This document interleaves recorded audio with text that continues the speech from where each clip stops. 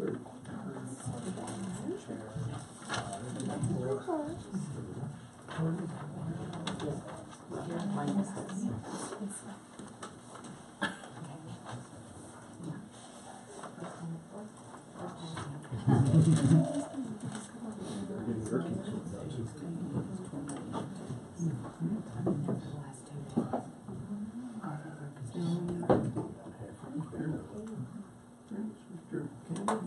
You bet.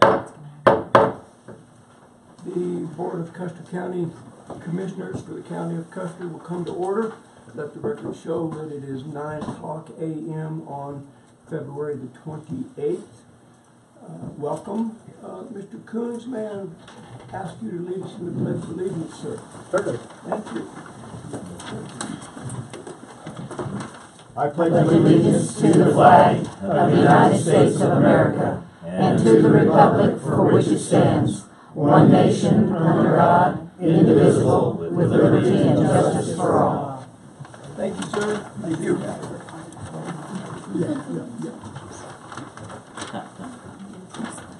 Welcome and good morning, everybody. Nice to have you here.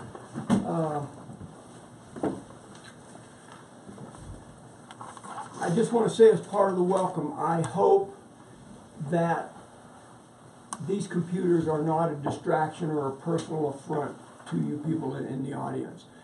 I have sat in that side of this deal and thought, what's so important about that computer screen? Why don't they just close it and pay attention? We do try to minimize paper. We haven't gotten there 100% yet, but some of the documents we're going to be talking about today are on our computers, or at least on mine.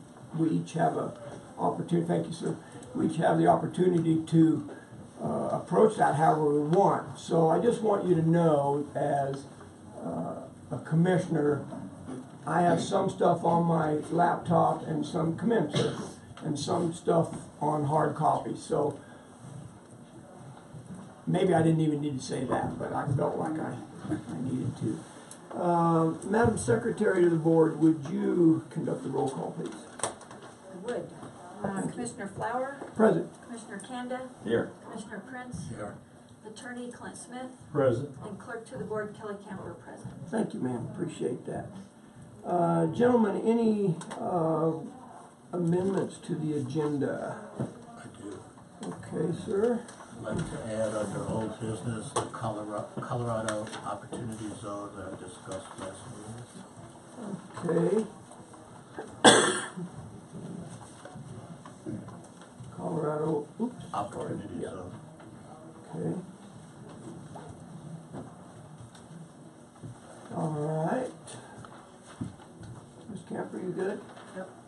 Anything else, sir? No, sir. Mr. Camden? One thing I'd like to mention is on the agenda, last meeting we decided we'd put a sentence in there so you all, public, would understand what we're going to talk about.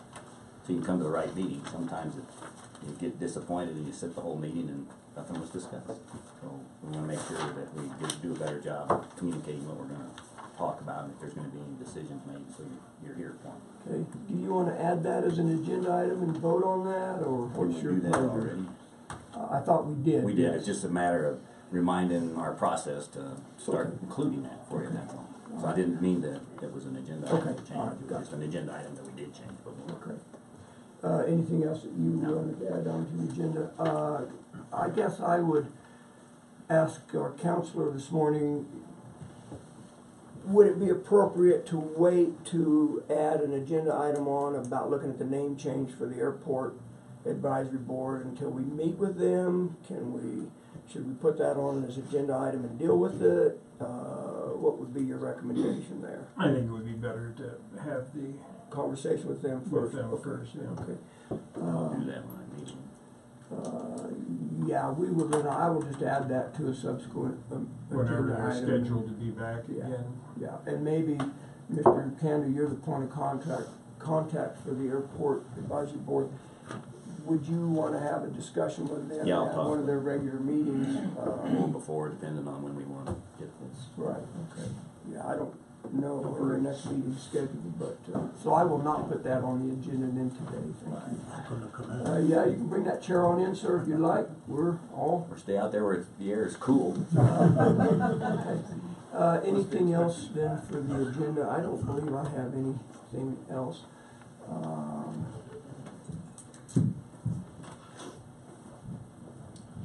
Then the next item of business would be the approval of the February 6th and 7th minutes from the BOCC meeting. We all got copies. Yes, we did. I think, at least I did. I did. I Okay. reviewed them. I Okay. thought they were very well done. Mm. I didn't see any changes, and I'll move that we approve both the February 6th and February 7th minutes to the Board of I'll Council. second. It's been moved and seconded to approve the February 6th, February 7th minutes of the Board of County Commissioner meeting. Any further discussion? I'd just like to commend Kelly one more time. I do it often, but I'd like to do it again for a job well done on those minutes. Thank you. Why don't you screw up intentionally, so. Right. Let's see what he says. Let's see what he says. Let me See if know he's when really See if it's a paying broken attention. record. let me know when you do so I can call him on that. Yeah. Any further discussion, gentlemen? Hearing none, proceed to vote. All in favor, say aye. Aye. Opposed, nay. Motion carried. The minutes for February 6th and 7th have been approved. At this time, we would like to ask the audience to introduce themselves. We'll start over here, please. Jackie Bubis for the second. Kelly Smith. Candace McDaniel. Tracy Ballard Tribune. Okay, right behind you, Sarah. Sarah Shields. George Coons. Carolyn Stodola. Barbara Hines. Jim Hines. Dorothy Bogle. Charles Bogle. And up here in the front, sir. Charlie Ellison. Betsy Woodbury. Newell Woodbury. Ed Cartwright. Bill Baker. Eric Price. Shannon North. Linda Washington. Maddie Brett. Gary Taylor. Mike Shields. Louis? Louis DeBank. Scott Carter. Anybody else I can't get an eye on out there? Okay. Yeah, we do have a sign-up sheet if you would like. You're welcome to sign that. Thank you all. Thanks for being here. Obviously, you're here because you're interested in the goings-on of the county, and we appreciate that. It would be boring to sit here and run a county commissioner meeting with 3 of us or 4 or 5 of us, and that's it. So people often say, well, I wish people would get involved and care about what's going on in the county, and obviously you do, or you wouldn't be sitting here this morning. So thank you. We appreciate that. We will try to honor your time today and keep things moving on in a timely manner. At this time, commissioner items. Let's start with Mr. Kanda today, by golly. I'm right-handed, so I always go this direction. Yes, sir. Of course, the last meeting was only a few days ago, but since then a lot of things have happened. Primarily the broadband issue. A lot of that going on. We had a separate meeting, as we all did, with the Custer County Economic Development Corp. Charles was good enough to meet with us all, answer all the questions he thought, and then he came to a workshop and answered more. So we had that as well. And then we also have had a judicial long-term committee meeting directed by underneath Shannon, our sheriff, Shannon Byron. That was yesterday, and as you all are aware, we're trying to figure out how to utilize the space we have in the courthouse better and look toward the future of what kind of a center, new jail system, and judicial system that we might get down the road. So we got some good volunteers from the county, a lot of citizens, and everybody's excited about looking forward to that. And now that brings us to this meeting. Did some due diligence, as a matter of fact, for the broadband. Continued till late into the night last night, and I'll report on that as we start discussing that later on. Okay. Thank you. Anything else, sir? Nope. Okay. Mr. Prince? I also attended the broadband workshop, of course, in the facilities committee yesterday. When I met that we did yesterday, I had a meeting on the opportunity zone, which I briefly reported on in my prior meeting, and I've asked for it to be on the new agenda. So I'll talk to her when we get to older business, and I'll explain what it is, how it works, and what I'd like to get approval from the folks if we can. Good, thank you. I would guess, obviously, the three of us know the meetings we've attended, the workshop with the Economic Development Corporation on the 26th, and then I also went to a Fair Board meeting on the evening of the 26th at the Silver Cliff Town Hall, met with that board, as I will intend to continue to do. And then, obviously, we had our county needs assessment meeting that Bill alluded to yesterday, and I wanted to publicly thank the courts for arranging for that. It was a working lunch meeting, so they arranged and provided lunch for that group. I thought that was very nice and kept us moving forward. Ended up being a 3-hour meeting, but that's what we had. Why they needed to bring lunch. So that's right. So, as Bill said, Shannon is the chairman of that committee, Shannon Bonnerty, our sheriff. We asked him to serve in that capacity, and he agreed. So we have, as commissioners, agreed to attend that meeting. Obviously, we will not be making decisions during those committee meetings. It's, I think we're there as a resource and an information gathering effort on our part. So, other than that, because we just had our report on the 23rd, that's all I have to report as well, gentlemen. So, and I did send you. Did you get a copy of that? Okay, thank you. Anything else before we move on? Good. All right. Attorney items. At the meeting last week in Wetmore, a question came up about the name of the Airport Advisory Board, so I did a little research on that issue and sent you a memo. That's what was discussed briefly, and it's something we'll talk about with the Airport Advisory Board when they're present for a regular public meeting. I also, when I was working on that, I was going through the other boards that the county has. We have a weed advisory board, and we still have not appointed that, according to That's correct. with Brenda. So That's correct. I think that's something we really need to get Yes. going on. And that is an advisory board by statute. That's Not just a weed board, they're gonna give us advice on them. and it said, you know, the county commissioner shall appoint a weed advisory board, so we need to get that done. Also, I just wanted to say, I mean, I had Kelly help me out because she got some old resolutions for me so I could look at things. And Kelly, you got me the resolution 12-11, which dissolved the Custer County Airport Authority Board. There should be one right after that that created the Airport Advisory Board. Can you take a look and see if there's I didn't see one. nothing That else? was the only thing I saw regarding that. Well, if we haven't ever done that by resolution, we probably should have that taken care of. Definitely. I'll check with Alan Butler, cause he was involved in that decision, so I'm sure he's got a record somewhere. We'll see if we can't find it. That's all I had to report on. Okay. And as a follow-up, if I may, sir, and I appreciated your memo. It kind of did solidify what we thought about the difference between committees and boards. And I get it that the weed advisory board language comes from statutes. Correct. I still think it's a misnomer, but that's neither here nor there. I guess it does stand in the face of my question of if it's an advisory, in my opinion, then I think it should be a committee. If it's a board, then it's not necessarily advisory. Obviously, state statutes talk a different language than that, but that's, I guess, would be what I would ask Bill to discuss with the airport board.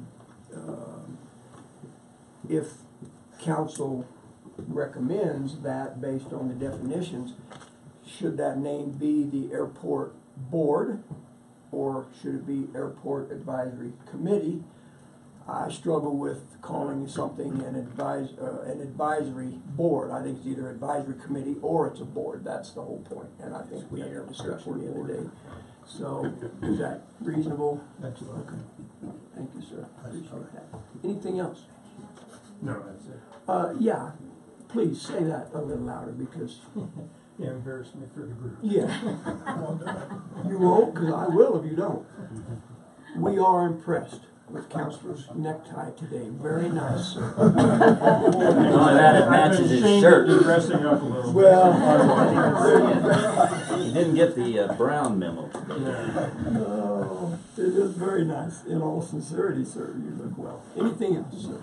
No, that's it. Administrative assistant, any items? The only thing that I wanted to address was Commissioner Canda's request to have the sentence on the agenda, and Yes, ma'am. if you all could provide me Yeah. with what you would specifically like it to say, that would be great. Right, and that's anybody that wants to have an item on here, could be anybody out there, just, you gotta give a little synopsis enough so that we can get a clue what you're gonna talk about, so Yeah, people can exactly. attend. That's it. Okay, thank you, Thanks. ma'am. Go ahead. So it needs to be very, very general when you Right. do the synopsis, so that we're not locked into a discussion beyond what is specifically stated. If Or not, less it'd than. be an off-agenda item. So I just want to remind everybody, it needs to be very general. And I would guess that it would be fair to say in the future, moving forward, if we do not have an explanation statement, it's because Juanita wasn't provided for us, or the agenda item itself is pretty self-explanatory, Right. so. Yeah, that can be the case. Okay, good, we're all right, sir? You may or may not know this, we are live streaming our BOCC meetings. The camera is mounted on that pedestal right there by Mrs. Shields. And we're also working on the audio portion, and our IT gentleman, that's what we're working on. He's monitoring this meeting in his office, and so if we have issues with the audio, he's gonna try to come in and make some minor tweaks. So that's what's going on with that. Sometimes you gotta love technology, That's right. or not. Anything else? Based on the live streaming, I really think next budget, we do need a makeup artist part of the council. Okay, For some of us. I was gonna say, thank you, I don't feel that way. They don't. Um, I'm sorry. Of course, I forgot I put a new blade in my razor and nicked myself shaving this morning, so I could have used one today. We'll move on to old business, personnel policy, and Ms. Camper, the floor is yours. So, you guys requested that we get a group together and go over the personnel policy again. We did that. We have made very few changes, just little minor tweaks. I have sent you a copy of the new personnel policy with the changes and a copy of the page that Show the gives you, changes. yeah, Yeah. shows all the changes, so you don't have to Right. figure that out, what we changed. And everybody, the group that met was all of the department heads and all the elected officials. So I feel like everybody had a good say and it was a good conversation and I'm gonna beat Jay to this one. I'm gonna commend you for your work in getting all those diverse people with their separate opinions together to come together, because that was important. As you may recall, several months ago, it was a tough deal because they were, trying to work what's common between them, etc. So, good job. thank you. And as long as you two continue to do that, I'll probably take the stance of I'm not complimenting anybody. That's right. You don't have to. You just I'm not cherry picking these, but for the audience's sake, I just want to mention a couple of these things so that you get a general idea of what she's talking about when we're talking about the changes they made to the personnel policy. Page 6, number 209, in the second paragraph, changed the words question to questioning and removed and search. So a lot of it was that kind of stuff. Obviously, there was a change in there. I just saw it now. If I can find it again, of changing the hours of the courthouse back to 8 to 4 instead of 8 to 5. So those were just a couple examples of the kind of changes she's talking about. Page 18, number 504, combined number 212 with number 504 and added bullet points from the previous personnel policy. So I thought most of it was clerical kind of stuff that we... Do you believe there were any significant changes in there that... No, I was actually looking at them again this morning and there weren't any significant changes. I'll get to you, sir. Yeah, go ahead. Actually, there were a couple changing bereavement leave. Yeah, I was just going to mention Yeah. 2 days to a week. Right. 2 to 5. Yeah. And there were some other substantive changes going back to old language. I would request my colleagues to not approve this morning, to hold a workshop so that I can fully understand. I went through every line, I put them together, and I'm somewhat confused. And I would prefer, rather than just approve it right now, I would prefer we had a workshop just so we can get a better, I can get a better handle on what we're changing, what we're deleting, because we just did this a year ago or so, and now we're changing some significant items in it. And we already voted to reduce the courthouse hours back to 4 o'clock, so that's not really an issue. But some of the other most of it was semantics, and I appreciate you fixing language that was done poorly. But the substance stuff, I'd really like to get a better feel on, so that would be my recommendation, Mr. Chairman. Would you care to make a motion to table this item? Yeah, I would like to move that we table Resolution 18-03, adopting the 2018 Custer County Comprehensive Personnel Policy until after we have an opportunity to have a workshop to fully understand what the implications of the changes are. That was table, not postponed, correct? That's the table. Thank you. Okay. I'll second that motion. Further discussion? Yeah, I don't have a problem doing that. It's important that we understand that all departments agreed and those changes were real, and we gotta get it in. If there's a legal problem with how it's worded, we certainly need to straighten it out. I couldn't see any issues. And this was run by CTSI again. They approved of it. Ran it by Clint. And so when you say workshop, I mean our workshop included all of the Did not include me. department I would like to have been there. heads. Well, the commissioners were invited. That was the workshop to work on these changes, correct? Yeah. Yes. So do you want all of the department heads again, or? I don't need all the department heads. I would like you as the chairman of this committee to sit down and just go over the changes.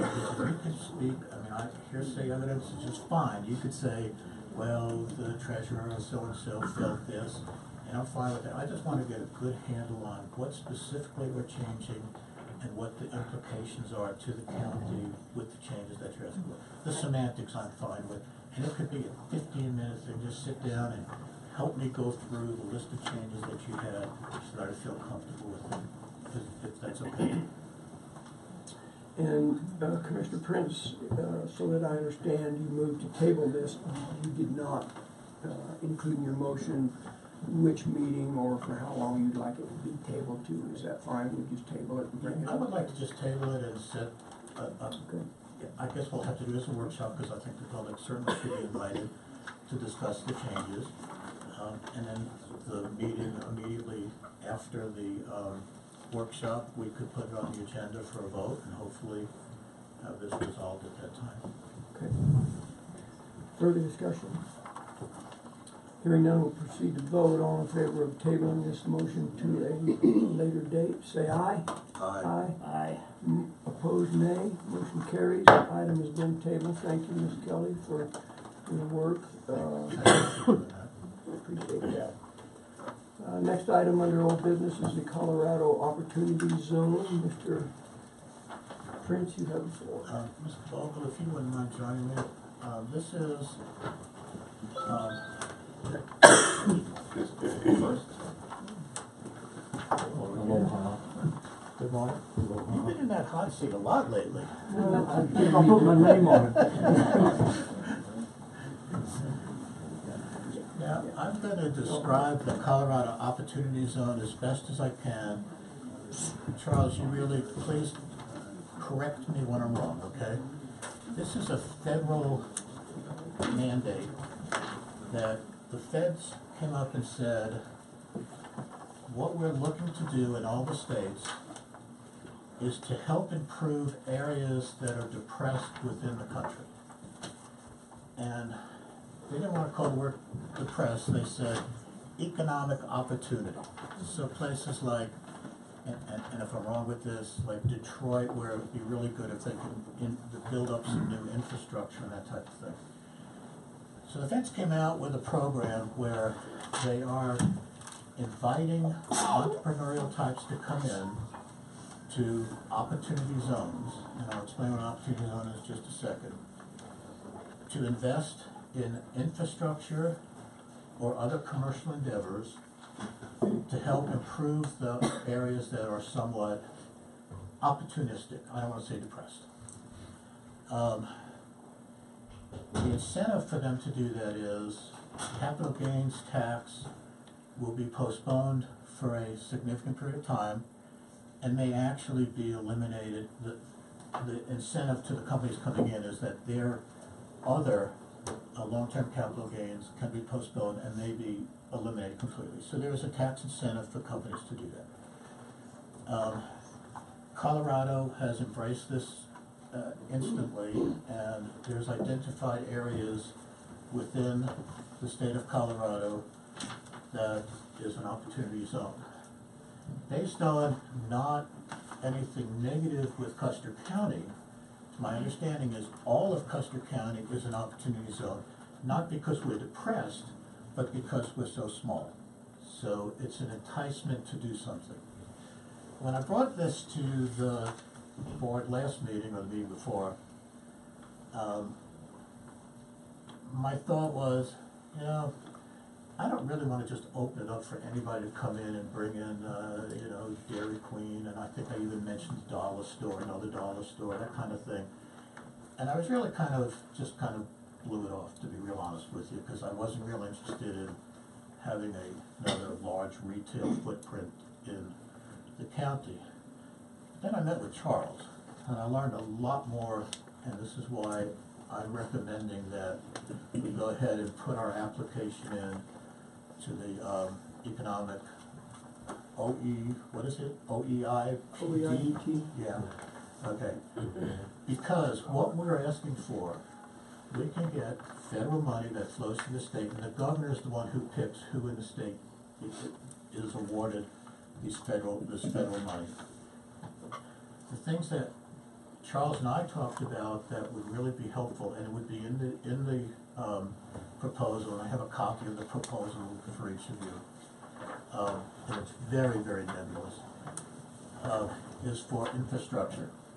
Number one thing that we discussed was now this is not a broadband issue we're talking about, this is the Main Street Wi-Fi, which is already up and running.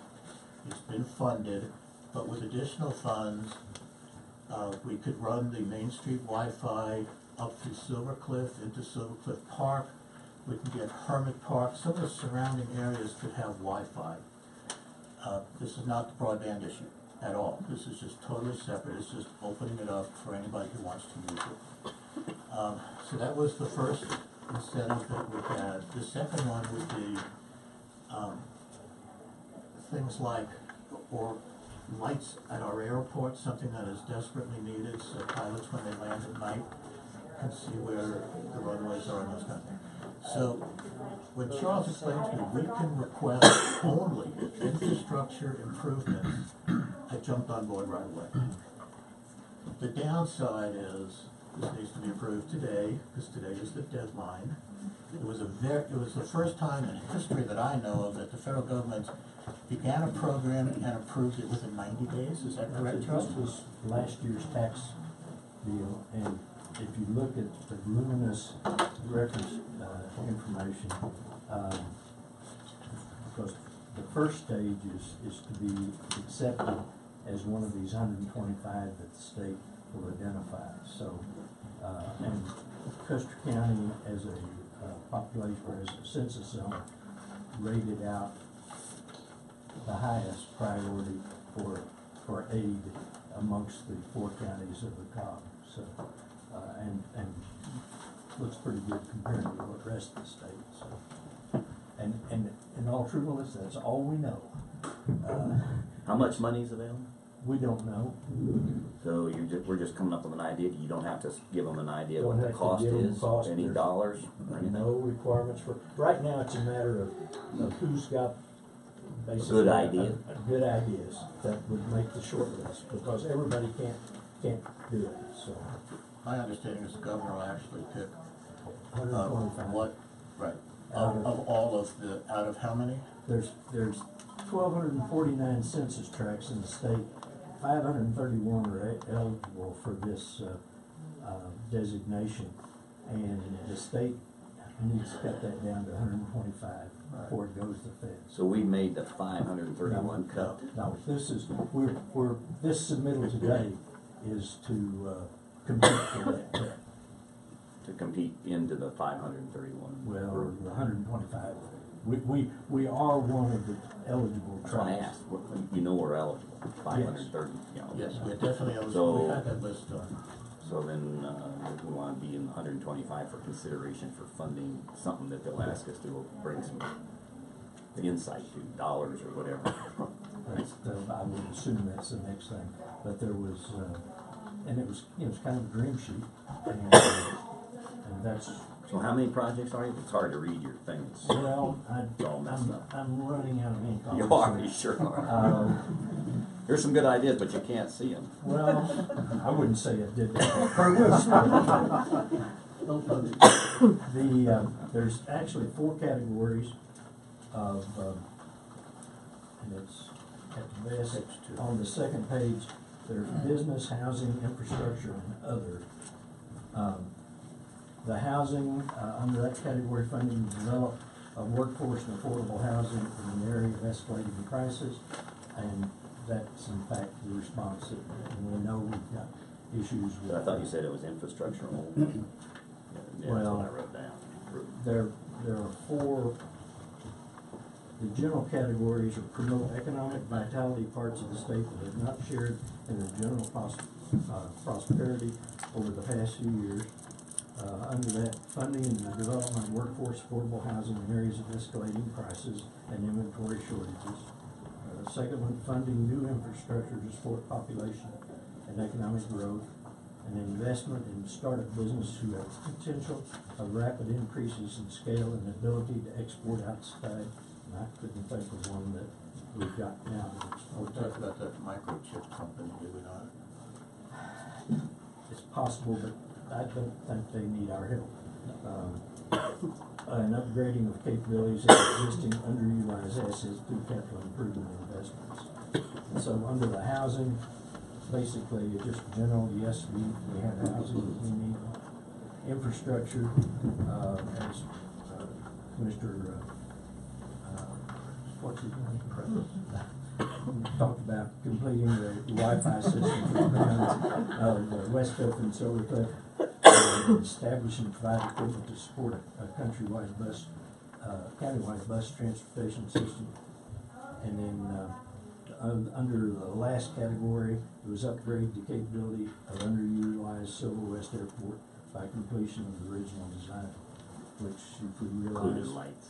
it could, that would be all that. And then that idea that actually the runway that we're using now is the taxiway. So trying to not paint us in a corner, but at least I think those fit the criteria, and we'll submit those on your approval for consideration to make the 125 and then we'll.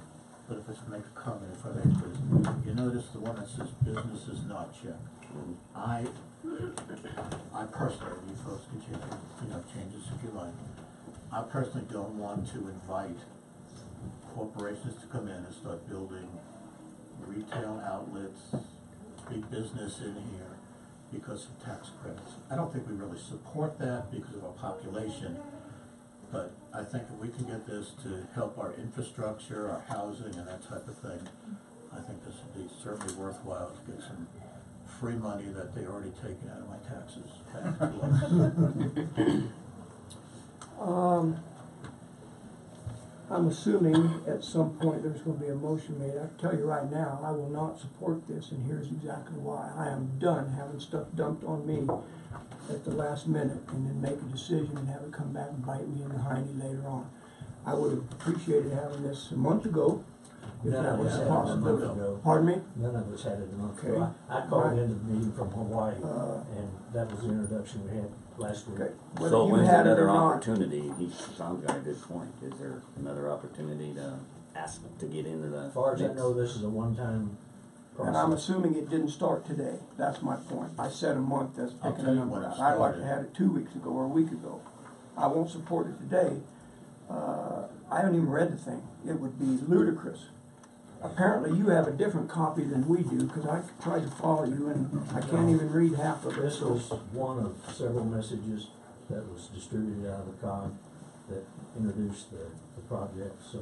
This was introduced 1 week ago on the 21st of February. The very next meeting, I reported on it. COG told us that this is something that is a rapid fire thing. You can either get in or get out. You can opt out later. My initial thought was probably too soon. However, COG came back. This is something that was just presented. I presented it the first opportunity I could. And when we learned more that it could be used just for simple infrastructure, putting our name on the list seemed like a smart idea to us. We can always opt out later if we choose to, but I hate to lose an opportunity even if it is short-fused. And I agree with what you're saying. Short-fused is always a problem, but we're committing to nothing other than putting our name in as one of the potential sites of the 500 plus. We could be potentially named as one of the 125, and then we can determine what to do from that point forward. So it's just, do we want to be part of this or do we not? And if we don't, I get it. To continue that discussion, because we gotta decide whether we want it. You unchecked business, and I understand why box stores may be an issue. But there are businesses, we would like to have jobs up here too. Critical Path just closed their doors. It was a nice business to have up here. It's not a box store. There are kinds of businesses that would be nice and fit our community. We gotta figure out what those are. We don't have to accept that. We can categorize it, can't we? Or do we just open the door and No, that's anybody the in their problem. Tom, Dick, and Harry can come in And and that's, put a... and therein lies the issue with checking the business box. Any industry that chooses to come in has that right to do it. It's the Sherman Antitrust Act that says we cannot prevent a Sure. third dollar store from moving in if we want to. I mean, I understand a lot of people have come to me and said, why are you allowing us? Because it's federal law. We can't stop it. So if we just say feds are offering any industry the right to get a tax break by coming into an opportunity zone, and we're an opportunity zone, you get to pick and choose. You may come in, but you may not as a business. But there are ways to control it from zoning points of view and other areas to make it acceptable, if that's possible. I can't imagine somebody coming in here because they're of that and build a big hemp plant factory and a bunch of lights. Different animal. That's a different animal completely. But that's Yeah. my point. I'm with. I understand what you're saying. Once we check the box of business, a lot of who is going to come in and avail themselves of this opportunity zone may be totally out of our control. My feeling is I want to be in control of the growth of this county, and by allowing any business that wants to come in through a tax credit. If you want to come in and invest We your still have that dollars, issue, right? well, not with a tax credit. Right, This I is an understand. incentive for them to look down the list and go, oh, here's a nice place to live, let's do this. I don't care if I make money or not, but because I'm gonna be able to write off taxes I owe to the government long term. So, my feeling was, I mean, I'm fine checking the business box if you want. I would I think we'd be understand. remiss if we just I say, think we have that this is issue. dumped on me now and I'm not gonna do But it. capitalism and business desire to make money matters, and you're not going to come to Custer County if you're not going to have that ability to make a buck. Depends on how much taxes you write off. If I open a small business and I can write off $10 million in taxes, I might do that even though I know I'm gonna lose every day from day one on, but ultimately the money That's a makes. decision they'd have We to don't make. know this. Right. So I was concerned about that.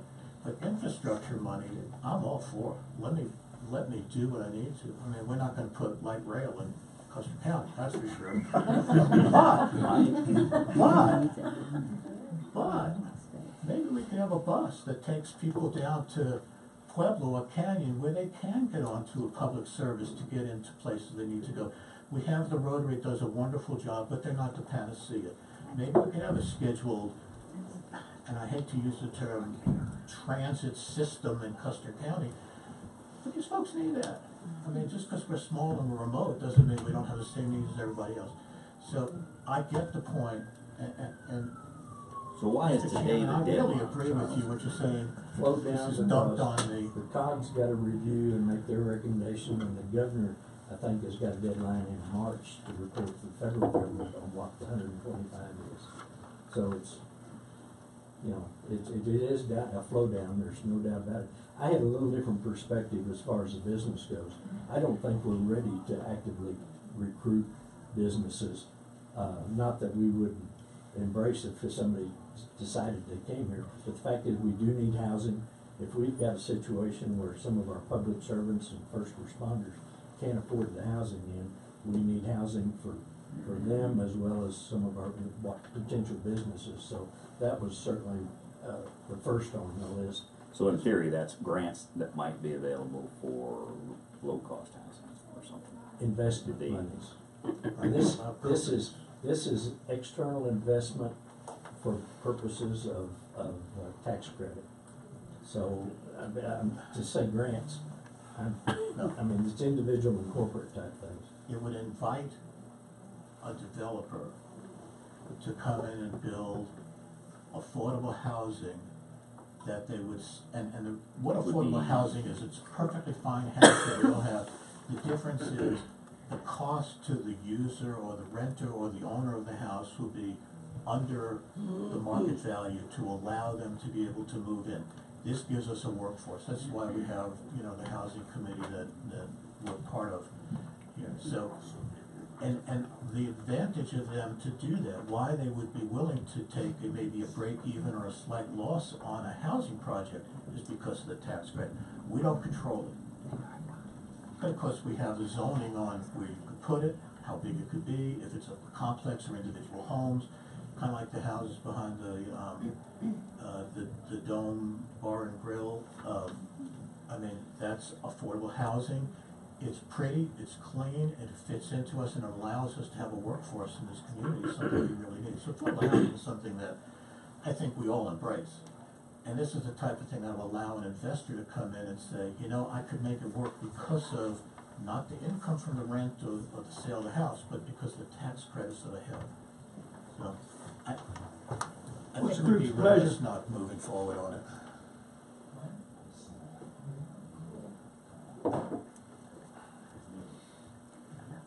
So, I'll make a motion that we approve the Colorado Opportunity Zone Input Form to be submitted to the Upper Arkansas Area Council of Governments so that Custer County can be evaluated to see if it could be awarded the title of an opportunity zone to allow affordable housing and infrastructure improvements within the county. Is there a second? Is there a second to the motion? Charles, thank you. Hearing none, motion dies for lack of a second. Thank Now, you, what sir. I would like to do, before you make a motion, I would like to be able to come up to speed, and so would Tom and with Jay, to have a meeting. I don't think it matters. If we don't make the submittal today, Well, I'm not suggesting we don't do it.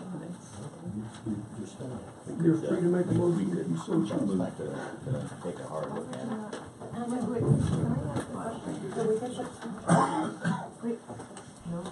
Put that one, give me one.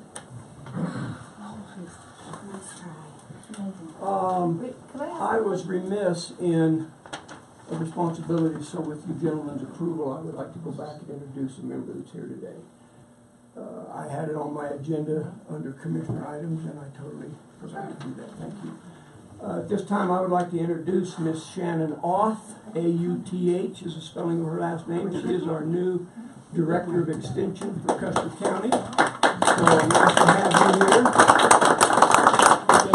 I'm sorry I did not introduce you during our commissioner items. Thank you for being here. And we welcome you. Shannon started last Tuesday, and so we are glad to have her on board. So thank you, ma'am. I appreciate it. I know we've got some issues. We will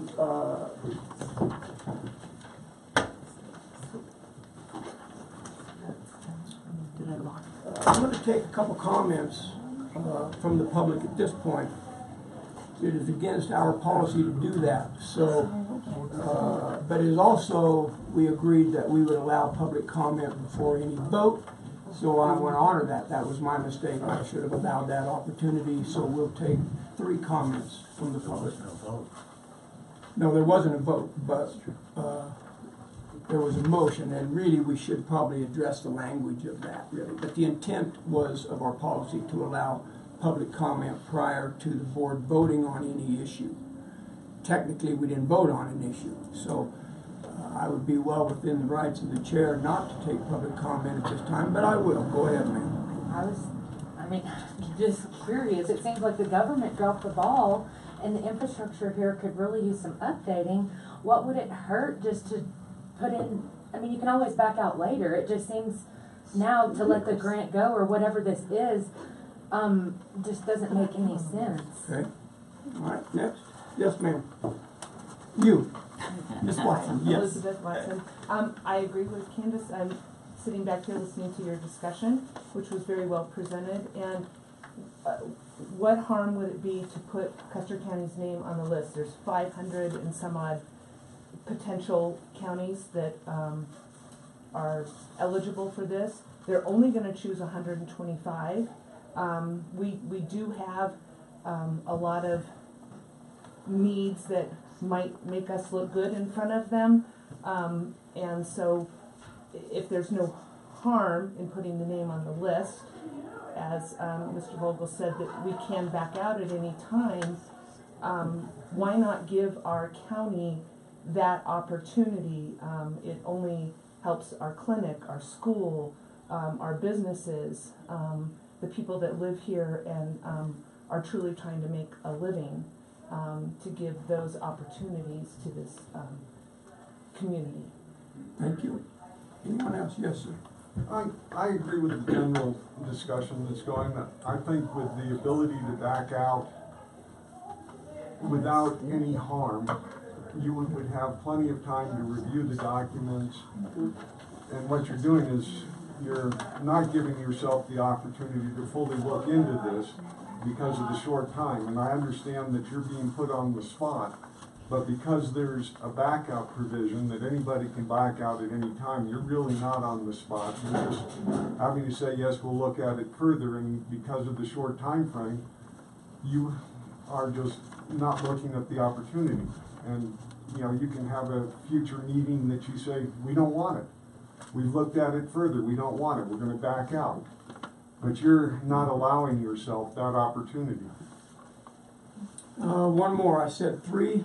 Shows you what a weak chairman I am. Go ahead, sir. I agree with the board's decision that they just made based on this. You don't know what you're signing up for. If you sign up, you haven't read it, you haven't reviewed it.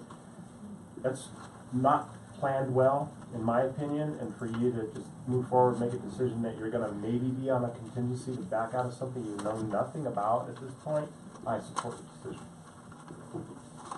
Thank you. Hey. Any further old business coming before the meeting at this time? No, sir. Canada. We'll move on to new business. Review the vouchers. I hope, gentlemen, you had an opportunity to go through those. I did. I have a question on just one expenditure. I know the treasurer's not here, but there's a $427 expenditure for family support registry for garnishments. I have not remember seeing that in the past. Yeah, it was on our last month's. What is that? It's a garnishment of wages. It was on our last month's. Yes, it's there, it's been there every time. Yeah. I just didn't remember. Yeah, Okay. no problem. Okay. Anything else? The rest of them look pretty I standard. would move that we approve the vouchers as submitted. I'll second. Been moved and seconded to approve the vouchers for as submitted by the Finance Office. Discussion. Hearing none, we'll proceed to vote. All in favor say aye. Aye. Opposed nay. Motion carries. We will, so that the audience understands the process, we need to initial these vouchers.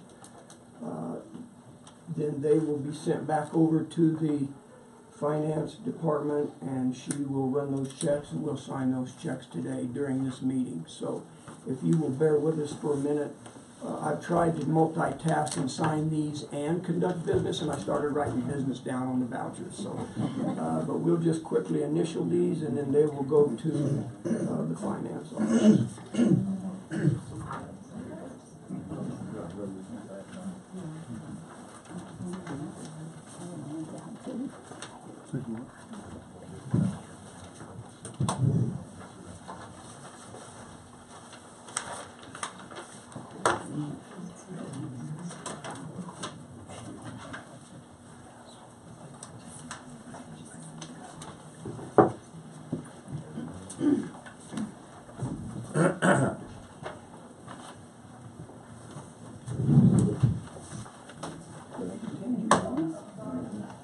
It's okay. Sorry. Makes the job easy.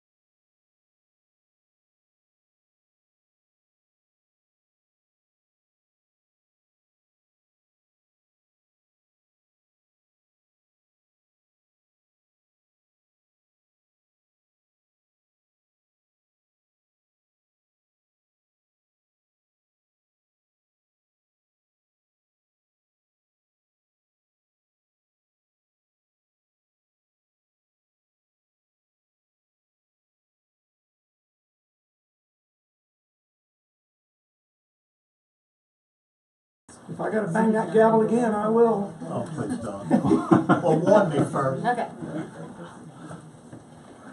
Next item under new business is a presentation of Mr. Bill Baker. Good morning, how are you? Good, sir. How you doing, Bill? Bill, nice to see you. Okay.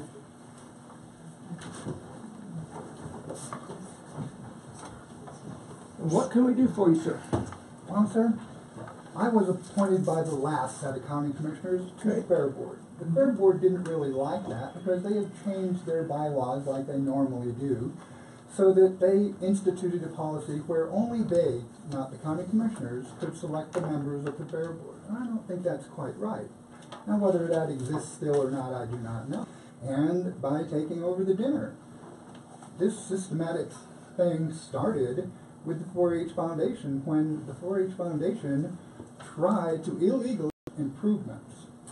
Those improvements were subsequently paid for. Supposed to be a process where all the information from the Fair Board vets through the Extension Office. That doesn't really happen very much. In the years that I've been involved in this, you period. They have instituted a policy where they have raised the percentage rate that they charge the children to sell their animals from 1 to 1.5 and now to 3%. So if they made $162,000 last year, they got 3% of $162,000, and they already had to spend money on livestock entity.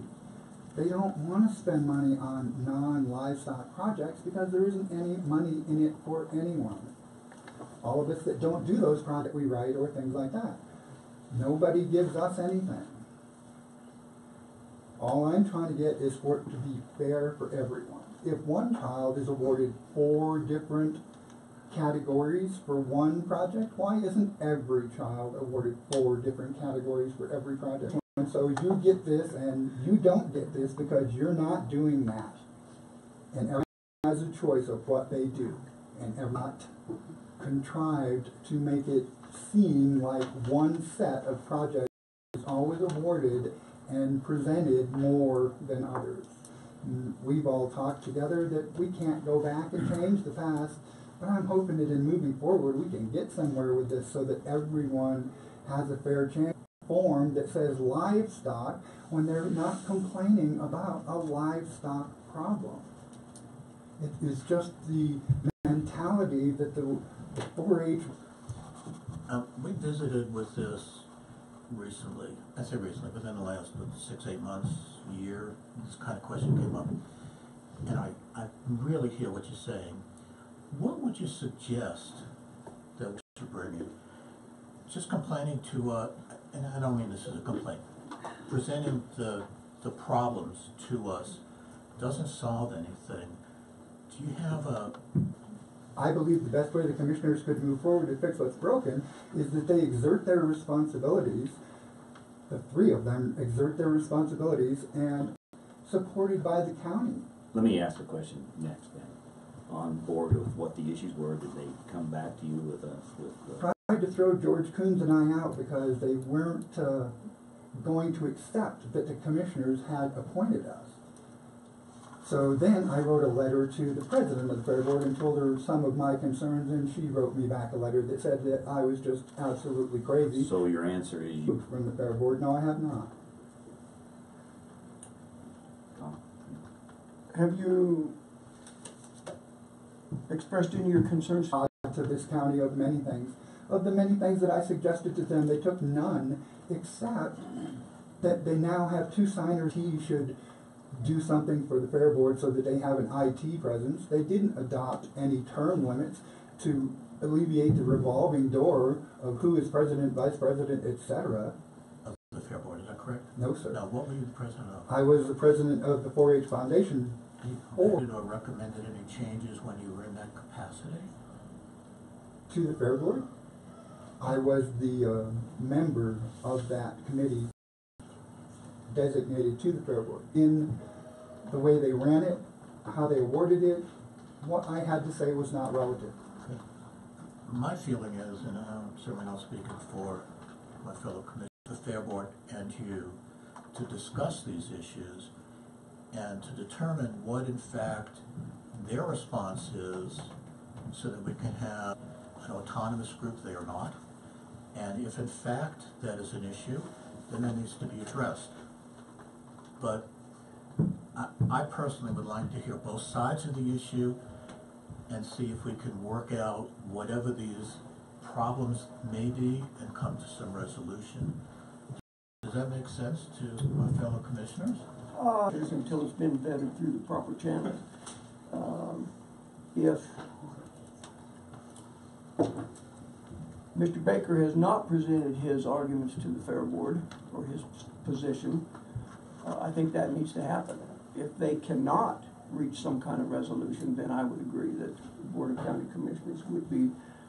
That Fair Board is appointed by us. If they are obligated to come to us with issues that need our attention. They need to have that process, and they need that vetting. I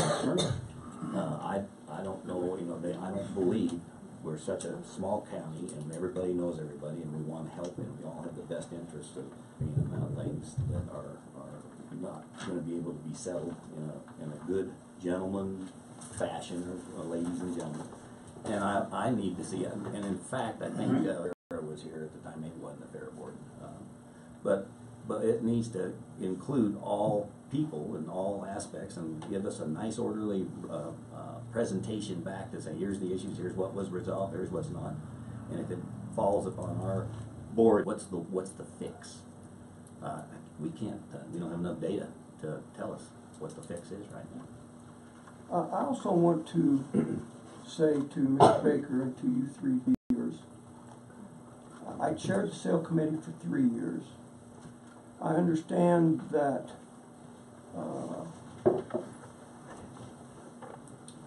there's a lot of interrelationship between those two, dealing with specifics of what has happened in the past, what the old percentages were for the livestock sale.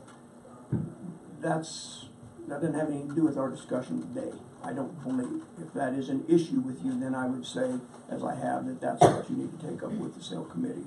Or a memo concerning boards and committees to us this morning, and interestingly that it really comes back around, almost full conversation, that typically in Custer County, certain funds allocated to them make decisions, set policy, and manage day-to-day operations for their designated purpose. If they were not doing that or doing that outside of the realm of their authority, then I believe it would be our responsibility to conversation. But present it to them and get the data and bring it to us. I have never been able to get anywhere. I will be glad to do what you suggest. I've been beating my head against this wall for this is the 5th year. Publicly, you just put them on notice. They're here. They hear you. They're going to read about it in the paper. There's no reason why they're not going to talk to you. If for some reason there was a discussion that's gone back and forth, and I recognize that there's some disagreement as to the management of the organization.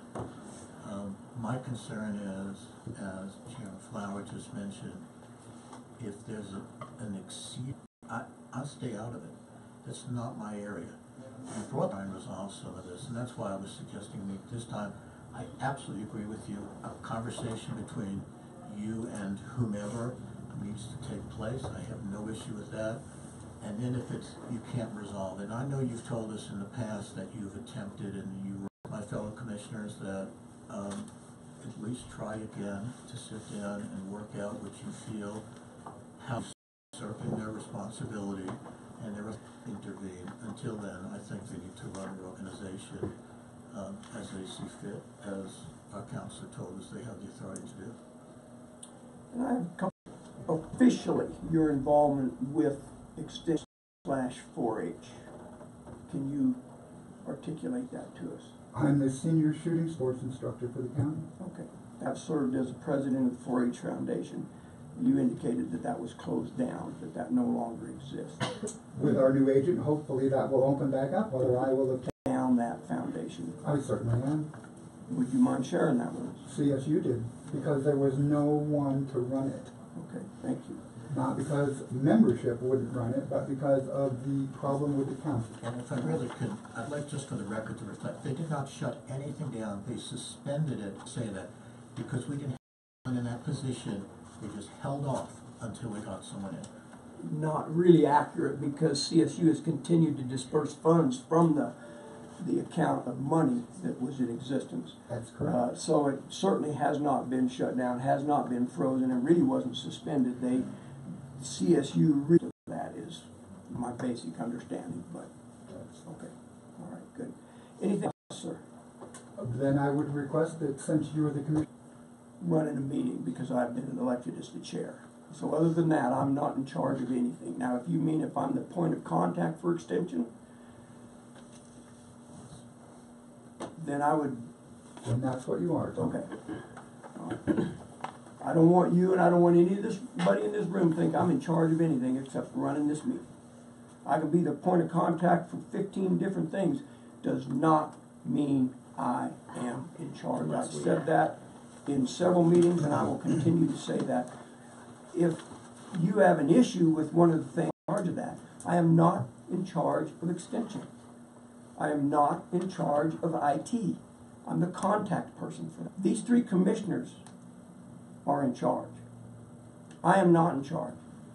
I don't believe Bill thinks he's in charge of Road and Bridge. I think Bill thinks he is the contact person for Road and Bridge. That's how this system was set up. But I digress, or I apologize for that. Restate your request, please. I request that I be placed on the agenda for the next Fair Board meeting since you wish me to. I don't control the agenda for the Fair Board. You need to talk to the president of the Fair Board, ask her to be put on the agenda.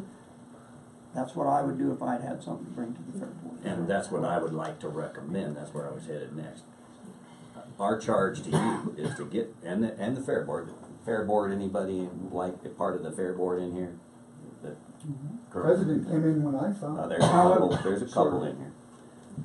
I would like to recommend you get there, but unless they get into a meeting together, not one-on-one, and what do you think, and then going to this other person and triangulating. It means getting together. That Fair Board would be more than happy, I'm sure, to sit there with you and do that. If they don't, then that is what ought to come forward. They're not cooperating. They're not executing the duties of their office that we've appointed them to be. So go back and get with it and deal with it with you, and then come and make a recommendation to come to the board. And that will be his decision to bring it to the board or not. Right. And it's going to have to be something that is beyond the authority that the Fair Board has. Because if they have the authority, we've given that to them, they can do it. So they're going to have, you're going to have to come with something that says that they're usurping their authority, and then it becomes Tom, and then Tom decides if it's something that needs to come to the three of us. That's the procedure. May not be great, may not be what you want, but that is the way it is. Anyone in this county can do that. Right.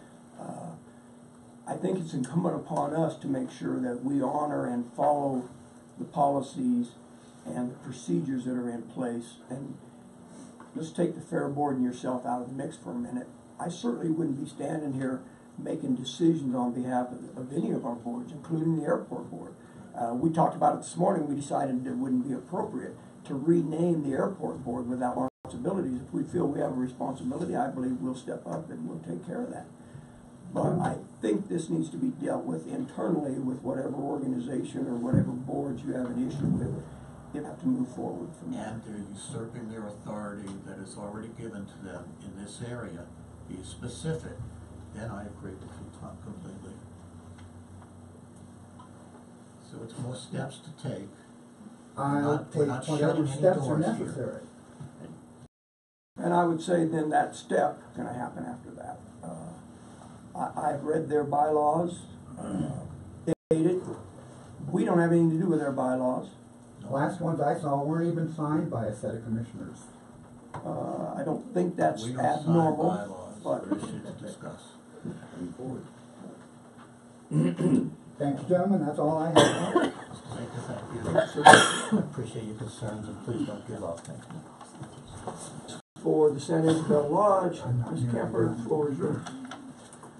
I have received a liquor license application for the lodge at San Isabel. And 3-2 license, this is actually for their restaurant. And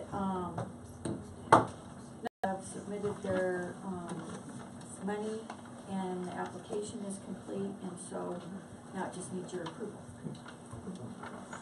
I want to make sure that, as being responsible for this, to the best of your knowledge, do not do this. Right. I'll move that we approve the renewal for the liquor license for the San Isabel Lodge. I'll second. It's been moved and seconded to approve the liquor license for the San Isabel Lodge. Further discussion. You have that document with you today, ma'am? I do. And a check. The check. I need to sign. What's the fee, standard fee for this? $500 to the state and $100 to us. Those are in two separate checks? Yes. Okay. I'll vote that we reverse that. Liquor license for San Isabel Incorporated say aye. Aye. Aye, opposed nay, motion carries. But we have the meeting in their restaurant next year, or next time, have a beer with them.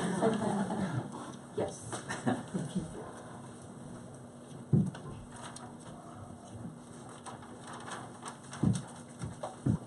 Thank you, ma'am, appreciate that.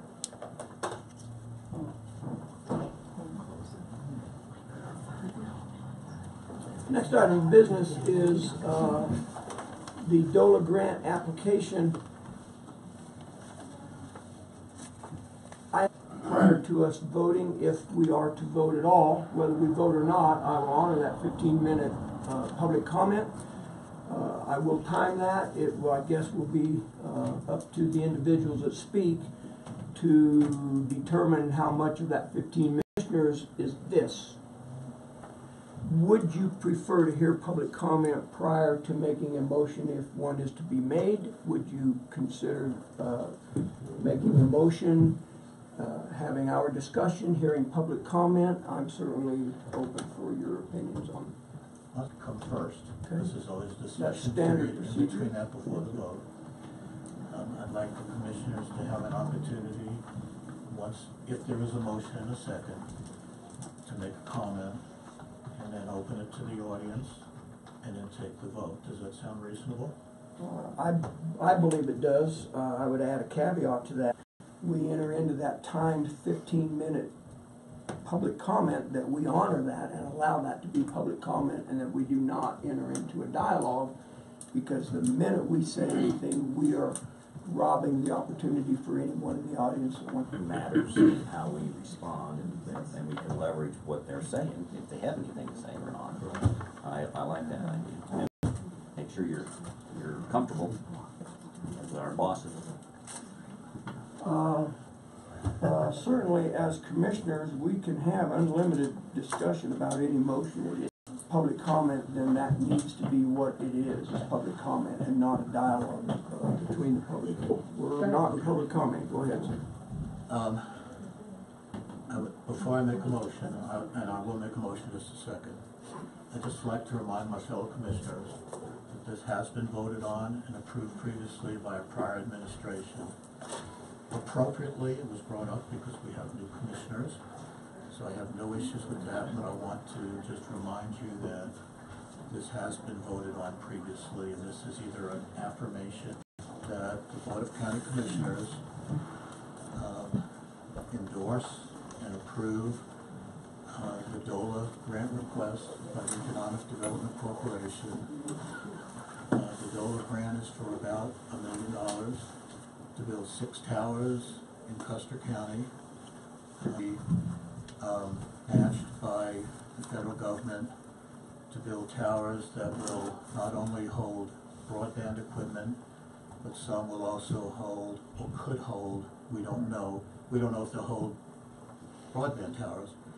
So I move that we approve the grant request to be forwarded to DOLA for the $1 million. Is there a second? I'll second. I'm going to restate your motion. It's my duty to do that. The minute I restate it in any manner that you're uncomfortable with, as commissioners endorse and approve the grant request that the Custer County Board of Commissioners to the Economic Development Committee. Are you comfortable with that? Is that correct, Charles? You bet. The county is Is We either move The forward or county we is don't. moving. That's correct, yes. So I'm fine with that. Any discussion? And so please bear with us. When I asked for discussion, I apologize, I was asking these gentlemen if they had any discussion about that you made specifically to indicate on record as well as to our audience today that submitting this grant. This is a county grant. They are working for the county in submitting this grant to us. And in fact, we are submitting it to the state. We are submitting And it to the state. Commissioner has to be present, or all of us, Well- to make sure that it's backed by the county. By DOLA's request, at least one commissioner has to be there. And let me, on a hearing on March 13th or 14th, they have not written the final agenda. When I say they, I mean the Department of Local Affairs. That meeting is in Golden, and if we will be represented there if we vote to move forward with this. This is kind of the pivotal point with this whole broadband tower grant. If we vote today to move forward, then we will be at that meeting and have our application will be pulled out of that process, and that's where we will stand. So I don't know if I'm making myself clear to you. If you have not been on the loop about exactly what is going on, I know there's been a lot of information that the County Board of Commissioners will be submitting to DOLA's for their final consideration. March, they sometime near or around the first part of April to at least make an attempt to help the Fair Board understand where we're at. Help the board.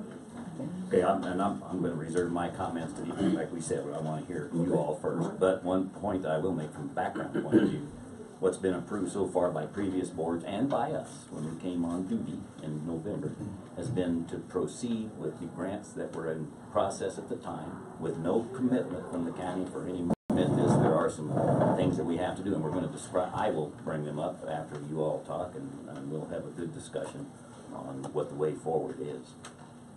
I will be surprised if everybody in this room has an opportunity to speak. So I don't think it would be abnormal. You could indicate to us where you shake out on this issue by a show of hands. I'm not opposed to allowing that. We've had a lot of discussion as a Board of County Commissioners about this topic, both here and in our recent.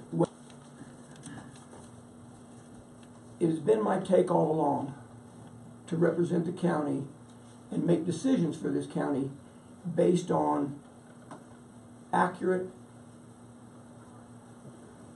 and adequate information right for this county. It doesn't matter to me who the players are. I'm not going to vote for or against something because I do or do not agree with a person sitting in front of us making a request. If it doesn't, and I know, and I'm struggling because there have already been times when I feel personally one way, and that does not line out with what I truly believe is right for this county. And I'm not speaking for these two gentlemen. They're welcome to speak for themselves, but I want you to know that that's where it kind of shakes out with me.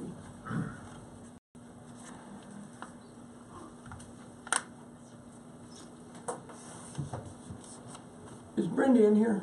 Yeah, I'm here. Gentlemen, are you comfortable with having these checks stamped today? I am not going to sit here and sign checks. Well, so we can stamp them. That either one of those are acceptable. I wonder why they're ever hand signed. Why can't you prove that? That's every month. That's this. Why they get hand signed, I don't understand. I trust our. Let the machine go and let's get them out. If you don't get your check, blame the machine. Don't blame me for not having. We don't even look at them when we sign them, so I mean, it just makes no sense to me. Ms. Katie? Yes, Would you mind? I do not mind. I don't want to touch this. Yeah, whoever does not want to, then we'll know where you shake out as a reputable citizen of the county. Hold on. That was a sidebar. If not, then here's the other thing. I've sat in, I don't know how many meetings, and invariably, and I would ask you that when you speak, because we are live streaming this meeting, including the audio, of course, so if you would at least, if you're in the back, come partially to the front and just stay here. It doesn't matter to me how long we're here. But I have set a 15-minute time limit, so I would ask that you honor your members of your audience and try to keep your comments brief and succinct. The other request would be, because I'm probably going to give you the opportunity to indicate where you shake out on this, is if you have that right, but if it's something we've already heard, then I would encourage you to think maybe we ought to allow the opportunity for other people because they may have something else to say. Here's my fervent prayer. and I mean that sincerely, man. I was on the old prayer thing last night saying, I hope that this 15-minute public comment thing is a 15-minute thing, and I'm hoping that somebody has something new that I haven't had pounded on me in the last 2 months. Because that's why I've waited to make a decision. Yes, sir. Just a point of clarification. Yep. The 15 minutes is a total. That was my very Okay, and I can't help this because Tom can't either. You gotta interject something. I am wanting you to reassure you, 15 minutes doesn't sound like much. It matters, but always remember, you elected the three of us because of our qualifications, not because of other things. They're over things and confusing things or whatever. It's to get better understanding because each of us have a different frame of reference and different people that have been calling us and seeing us and our different experiences and qualifications that we bring to this job. You're going to see some of that today. So trust your judgment when you voted, on the ballot. And that happens all the time. The great thing about the words of the motion, because we still have a motion on the floor. So with that, I will start the time. Please understand, I will not be rude, but when 15 minutes time is up, I will say time is up and we will move forward. If that interrupts you, I apologize. I apologize in advance. Public comment. Yes, sir, go ahead.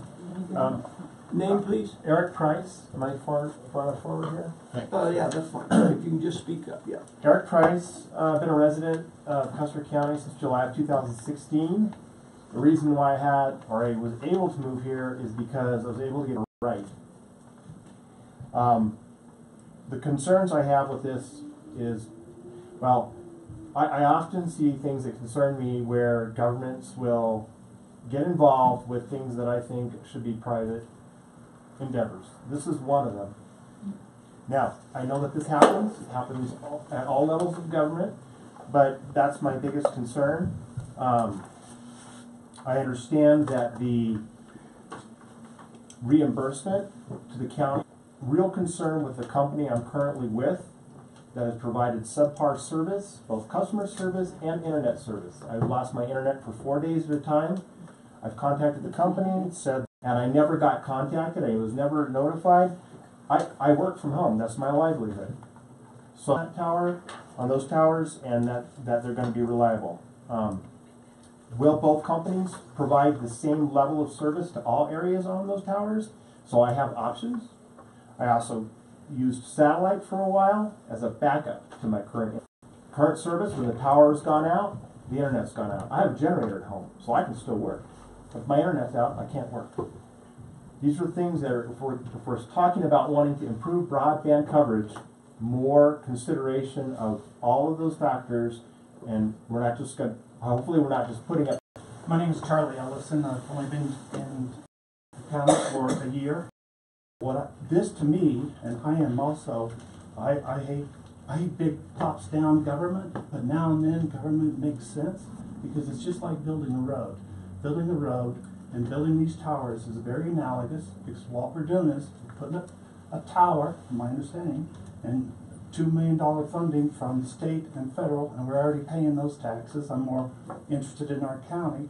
And all we're going to do is we're going to rent space to various carriers. So if you don't like two, if it's cheaper, if you have a lower barrier of entry to get onto those towers, and now you can have 4, 5 different players, and you can get LTE from AT&T, or you get the fixed wire service from CCOM or anyone else that wants to get in. Now we've opened the doors so that there will be more competition, customer service will improve, you'll have more choices, and this lady here, she told me nothing will reach her place because she's in the trees, but if there's 6 towers instead of the one AT&T tower, now you have 7 chances.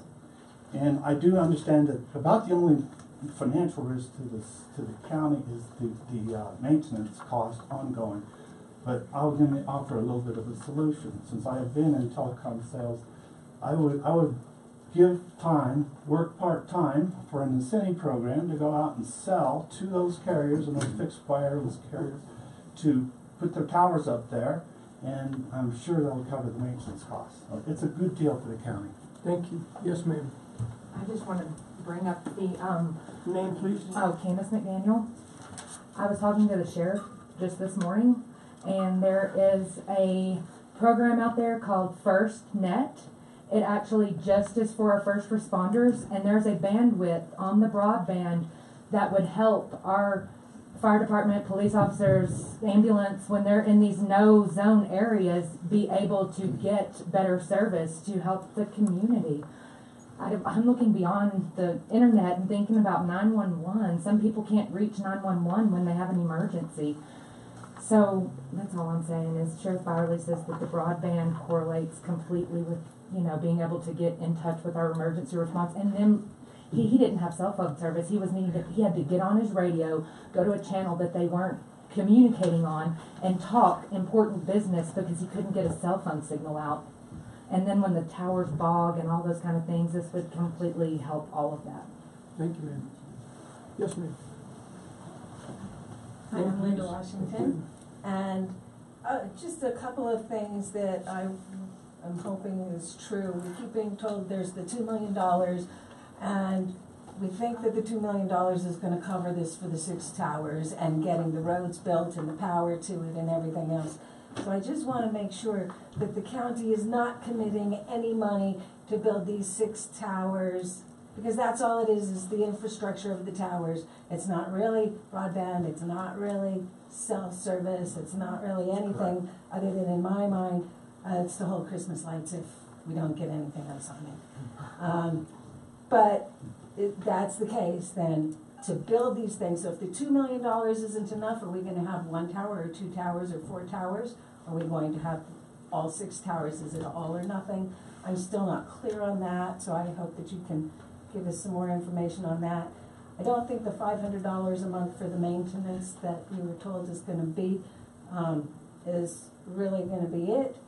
But if that is the case, then that's $3,000 a month for all 3 or all 6 towers, which is $36,000 a year.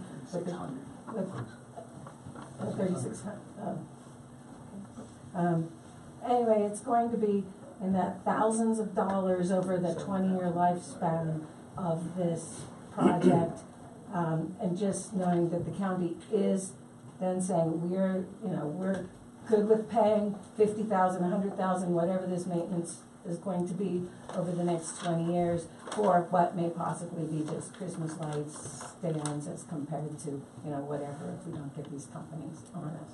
And CCOM already has 20 towers in the county now, so if they have 20 towers and their towers are 20 feet tall, why don't they build taller towers if they felt that the taller towers were needed? Just so you know, we're halfway done. Yes, sir. I had occasion to be in. Name, come on up. Sorry. That's all right. Sorry. No, take your time. My name is Gary Taylor. 10 years in the Valley. Taylor. Thank you. With living in Silver Cliff Ranch. I had occasion to be at the El Pomar Foundation meeting. It was a 5-county group. There were commissioners, there were mayors, there were 501c3 members, and broadband came up as one of the highest important things. And there must have been 50 people in the room. There wasn't a comment to the contrary. Everybody felt that this was an important thing. So I'm speaking in favor of this. I think I've heard there's issues with the presentation. The commissioners are in a position to shave off rough edges, in my opinion. You can commission a group if you work that. To me, leaving $1 million or $2 million on the table would be a tough thing. So I urge you not to throw the baby out with the bathwater. Thanks. Thank you, sir. Anyone else? Yes, ma'am. Either one. Yep, you guys decide. I'm Maddie Burt, and I would say every single realtor, which there are 60, I think 40 or 60 realtors in our county, every single one, I will guarantee when we have people coming in showing the county, they all want to know about our internet, our broadband. So, number one, please, please, please believe that. I don't lie, please. Because we have to say, well, it's spotty. And even if we make not a mention of it, when we're driving around, our people are on their cell phones. Someone said that the cell phones are Not while you're driving. Oh no, our buyers, they're back communicating with their office or whatever, so they know. We don't have to tell them. They know we have not cell service everywhere. There's been 2 things, and by the way, the workshop was excellent. I learned even more than I thought I knew, and I don't know that much. But anyway, the workshop, the 2 things I heard in it was, objection was, what do you say? Who's the new guy in town? Hughes, that you talked to me about, Bill, the Hughes Network people, that they could be a possible alternative. The second was Tesla, the Tesla guy, Elon. Dear friend of ours works at, who's the satellite company? Lockheed Martin. He's 50 years old. He's worked there for 30 years, and I so wanted to have his paper with me or whatever his opinion was. And I said, tell me about Elon and what he's doing, because supposedly he's putting up 40 satellites, and that's going to solve our problems. Or 4,000, yeah, I think it's 12,000 is what I just heard from our guy. And he said, just don't count on that. He just launched last Saturday 2 satellites. He's got 12,000 to go. Obviously, that's not going to be done in a few years. So the only 2 objections I heard that could be possible, that is what I researched and found out myself. And he's been with that company for 30 years, so an engineer, and I believe what he's saying. So please vote in favor of this. I feel like if the commissioners don't get this going forward, that we're almost taking a step backward. And then the last thing, and I'll shut up, but when you have the committees, like the Economic Development Committee or whatever it's called, and you have a lot of those committees, people volunteer. How many years have you worked on this? 7 years? Longer than that. No pay whatsoever. If in fact you don't take, and I saw on the workshop, books and books and books of the paperwork and all, if you disregard what they've done, who would want to volunteer for any more committees? And I'm not saying they're the experts, but I think they gleaned a lot. So those are my comments only. Thank you. Anyone else? Yes. Ms. Watson. I'm Elizabeth Watson. Lived here for 25 years. And Speak loud. Okay, 25 years, I'm sorry.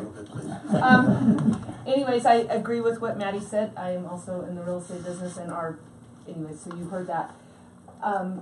There's a name in this county that is very old, Celesta Adams, and many people know who she is. Several people, might not know who she is, but she fought really hard because there was a time when this county didn't have electricity, and she fought no lights, no electricity. Dark skies would have liked that, but anyways, she ran up against this wall all the time.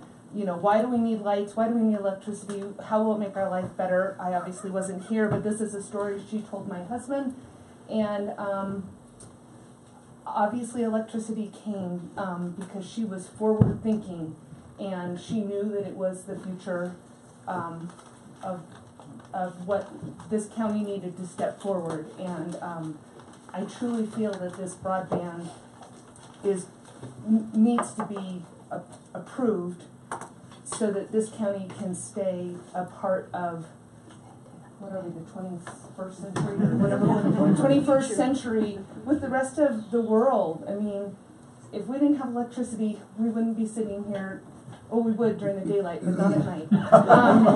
It's important. It's important to realize that as electricity was important, that this broadband is important to every aspect of this community, the school, the clinic, the commissioners, the county. Anyways, thank you. Thank you. Anyone else? Yes, ma'am. I'm Ann Wilson, been here for a long time. It's not a simple concept. As we talked in Wetmore, there's a lot of pros and cons. On my phone bill with CenturyLink, I pay for broadband. And I called them and said, but I don't have broadband. They said, oh yes, you have high-speed internet. I don't have high-speed internet, and it goes out just like that other gentleman.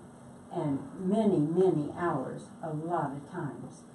And I think that we need to know too, what's the expense gonna be to the individuals? I think that's very important. Okay, thank you. Your timing is perfect because we're at 14 minutes and 50 seconds. Can we get a 10-second comment, quick? Yes, when you shoot a rocket to the moon, it doesn't go straight there. It's adjusting all the time. And so that's the only way it can get there, is adjusting all the time. And so hopefully commissioners would adjust when you make a decision, then you adjust as you go along. I will restate the motion for you two gentlemen, and then we will press on. Again, the motion before the group is to endorse and approve the grant request that the county has submitted to the Department of Local Affairs. Further discussion. Yeah, I've got a few comments. Dave, you want to be first, or do you have any comments? You made the motion. All right, this is the fun part because I love it. I enthusiastically endorse broadband, as do these guys, and it's necessary. And you guys made a lot of good comments. And I also follow up on who did the the electricity comment? Was that you? Elizabeth. Guess what? You know, my family, my grandfather, actually had the first power plant in the house, in our house, generating electricity. And guess what he did? He worked with the soon-to-be REA to use our house as the demo place for the valley to make this new technology available to the county. And so it showed that you could get, instead of pouring gas into an engine, you could get somebody else to be doing it 60, 70 miles away. So I'm all about technology and improving things and taking the lead. So what I want to do, I want to make a couple points. You hired us to do due diligence and to use our expertise. And I've been doing that. I actually had a meeting with CCOM, and I'm betting that's who you had a problem with, right? And there he is. Yeah. Terrible service. They have a bad rep, and the first thing he told me was, we have a bad reputation to overcome. And so that led into a discussion of what, and I'll give you the notes that I took here later. But let me talk about it, because it involves our decision-making process that I want to convince these guys that we need to go ahead, but we need to do it responsibly, because that's why you hired us. And use the limited funds we have. And who brought up not use county's funds? We want to use other funds and the rent on the towers, et cetera, et cetera. So we covered that all, and these guys have heard it before. So first of all, had the meeting. Secondly, and I'm going to have the same meeting with Hilltop. I ran out of time. But I'm going to read you, first of all, before I get into this. They did provide us in that workshop, that some of you missed, their intent to locate on these towers. Charles took the message back from our other discussions. They went back, got them, and here's their letters of intent. Pretty short and sweet, but they're similar. So I'm going to read to you what it said, and then I'm going to hit line by line and show you a timeline on here. And the reason I'm doing that is because we need your support if we vote to move ahead. And you'll see where the risks are.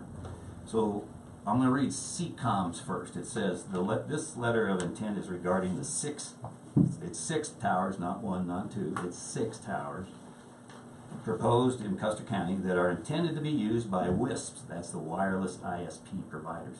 That's Hilltop and CCOM in this case, because that's who Charles and the company have talked to. There are others out there, and then certainly we could design to throw on 20 of them, but I'm going to tell you why that's probably not practical. CCOM is expressing its intent to locate on those towers, pending some details, including, and I'm going to read those in a second. Hilltop's letter, a little less wordy, says the same thing. Here it goes.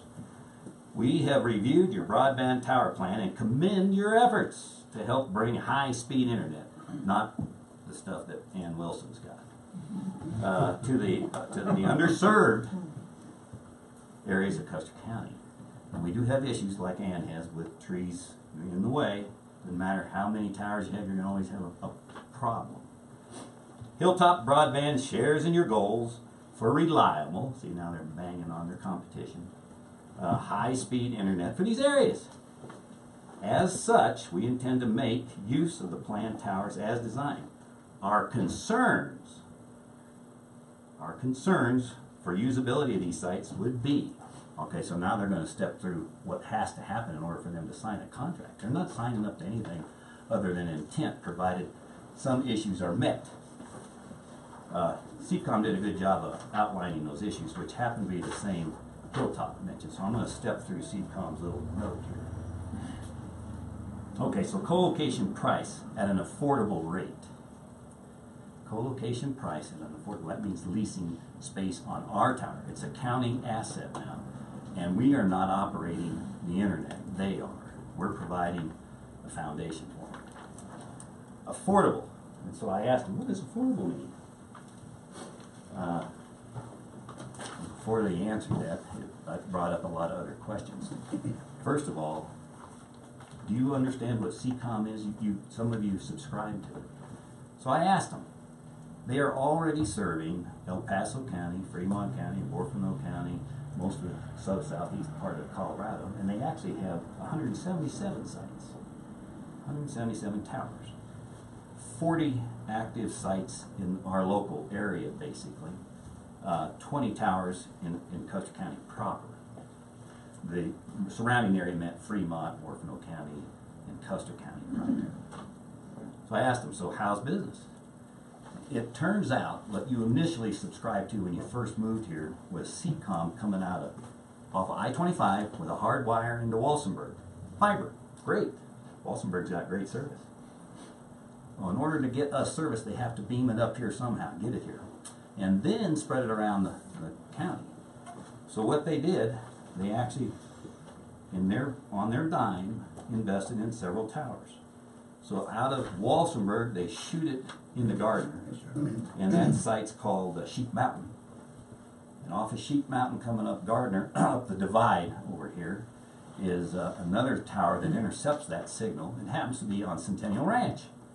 That's the only tower that doesn't have power to it directly, a utility. It has sun, a wind generator, whatever, and that's the tower that they're using. Solar rays, when I meant by sun. So it hits Sheep Mountain, hits Centennial Ranch, and then guess what? Harley Riggs helps us out. It goes right from there to the Riggs Ranch.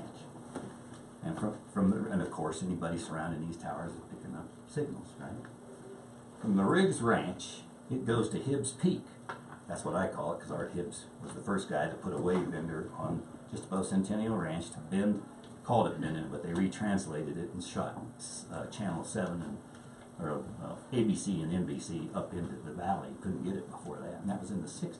Still exists today, and we maintain that. The county, us commissioners are responsible to make sure that the road and bridge guys give clearance up there to make sure they can maintain those towers.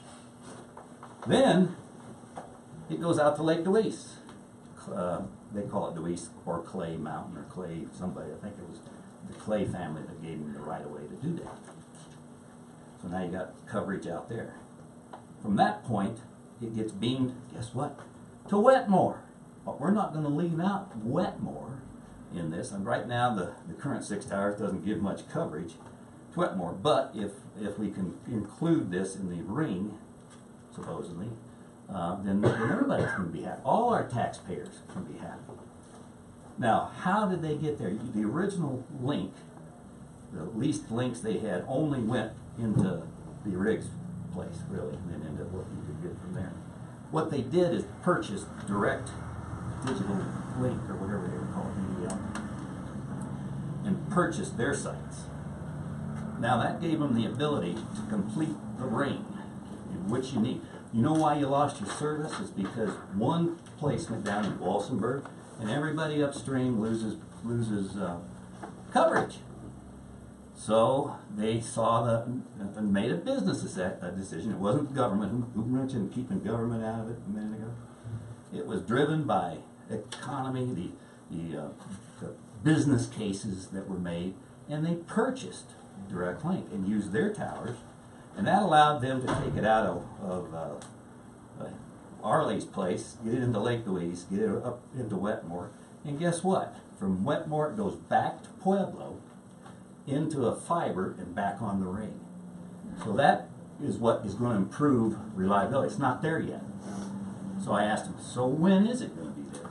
part of Charles, and I appreciate your tutelage, the fact that that in order to make it more reliable, you need that loop. So what I've just described is I-25 coming up into Walsenburg, Gardner, up into the valley on Centennial Ranch, all around the valley on the towers I just mentioned, back into Wetmore, and then back into Pueblo, and back onto the fiber that's there. If you whack out something anywhere on the line here, it only affects the towers that exist. That way, you're going to have some unhappy campers around here. And unfortunately, the height of those towers isn't very tall. They're 20-footers. You go out to Arlie Riggs, it's a good one. Just drive by her place, look up her driveway, and you'll see a very ugly tower with a lot of junk hung on it. It's more than just CCOM. There's internet and other things, and cell towers as well. So that's the plan. So I said, when's that plan going to be done? And he said, in 2 to 3 months is where they're going. And by the way, who's the he? I talked with their chief operations manager, who's in the valley now, and I can ask him to come in here anytime if we have other questions later, who works directly for the COO. His name, our operations manager's name is Elijah Quinn Ridgewell.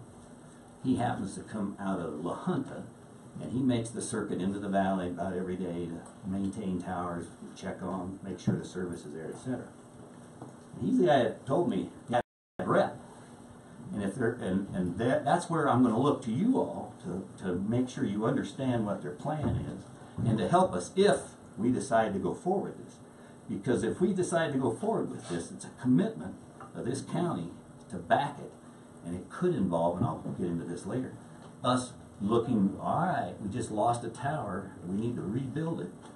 Now, you got to make sure it's insured, got to pay for the insurance, get that back, got to build it back, all those kinds of things. But we're not going to be able to complete the ring, and these guys are going to be out. But we're not in the management of that kind of thing, so we're going to talk about how we handle that, maybe. So, the operational ring is the key. They say 2 to 3 months, and then you'll have more reliability, and we'll see what that means. Then I asked the question somebody just asked, what's the cost? There's a misunderstanding out here. It's not free service. It's not free money. There is tax money, and we've all signed up to use another tax money, like the $2 million grants. You still want to be good stewards of that. You don't want to waste that, because guess what? The decision that's going to be made, and I'm going to draw another line. So here's today, 28th Feb. We got to get to, as Tom mentioned a minute ago, there's a March 13th date. We'll just take the earlier one. And that's a wall that we hit. And at that point, they make a decision. And you've got 12 months to perform, meet the requirements of the contract that we're going to sign when we say we want to do it. And then you can start construction anytime once the requirements, and I'm going to talk about that in just a second. I'm going to divide this into fourths. So we got 12 months to perform, or at least get it. And we understand also from the due diligence that Tom and I and Jay have been doing, that if you miss that window, that's not curtains. There's opportunities to ask for extensions, because you could have, I've been the program manager on many multi-million-dollar programs, government side, and nothing ever goes the way you think it's going to go. And all you that have a business know that. The minute you have a plan and you step out the door, it's only as good as when you stepped out the door and then you react and you change the plan. So, that gives now costs. So let's talk about that second. Somebody mentioned FuseNet, and you're right, it is unreliable. It's because of weather, it impacts it. The Elon Musk thing is down the road, and so I asked him about competition in the future. And he says, you know, the good thing is you're going to need towers anyway. And so the good news is fiber is not going to go away. And oh, by the way, CCOM is a fiber company too, so okay, there's another plus. They'll stay viable. But he did point out something that we all know, and that is by the time Elon Musk and everybody comes around, and maybe you can get into Ann Wilson's place with a satellite that looks straight down into her and have it be reliable. Just so you understand, that technology is there, but the process of launching all the satellites and bringing it out, just like they did when they launched GPS satellites a long time ago, made it possible. But the technology that evolved is to be able to use low Earth orbiting satellites, not geosynchronous, so the power is better, you get more done. And then the trick is to hand them off, because as that satellite moves, it has to move faster. At geo, it's moving as fast as the Earth is turning. Down here, it has to fly around faster, so it takes 90 minutes to circle the Earth and be right over that spot of the Earth again. So you need more satellites to hand over the data to the next guy so you don't lose it. Well, that's going to have some problems, you know. So we need something now. We want to be reliable.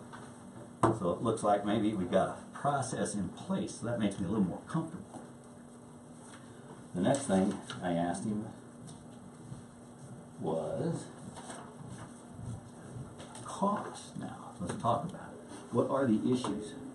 And so he stepped through his contract with me, proposal, on the issues that have to be done. So he said, here it is, co-locate at an affordable rate.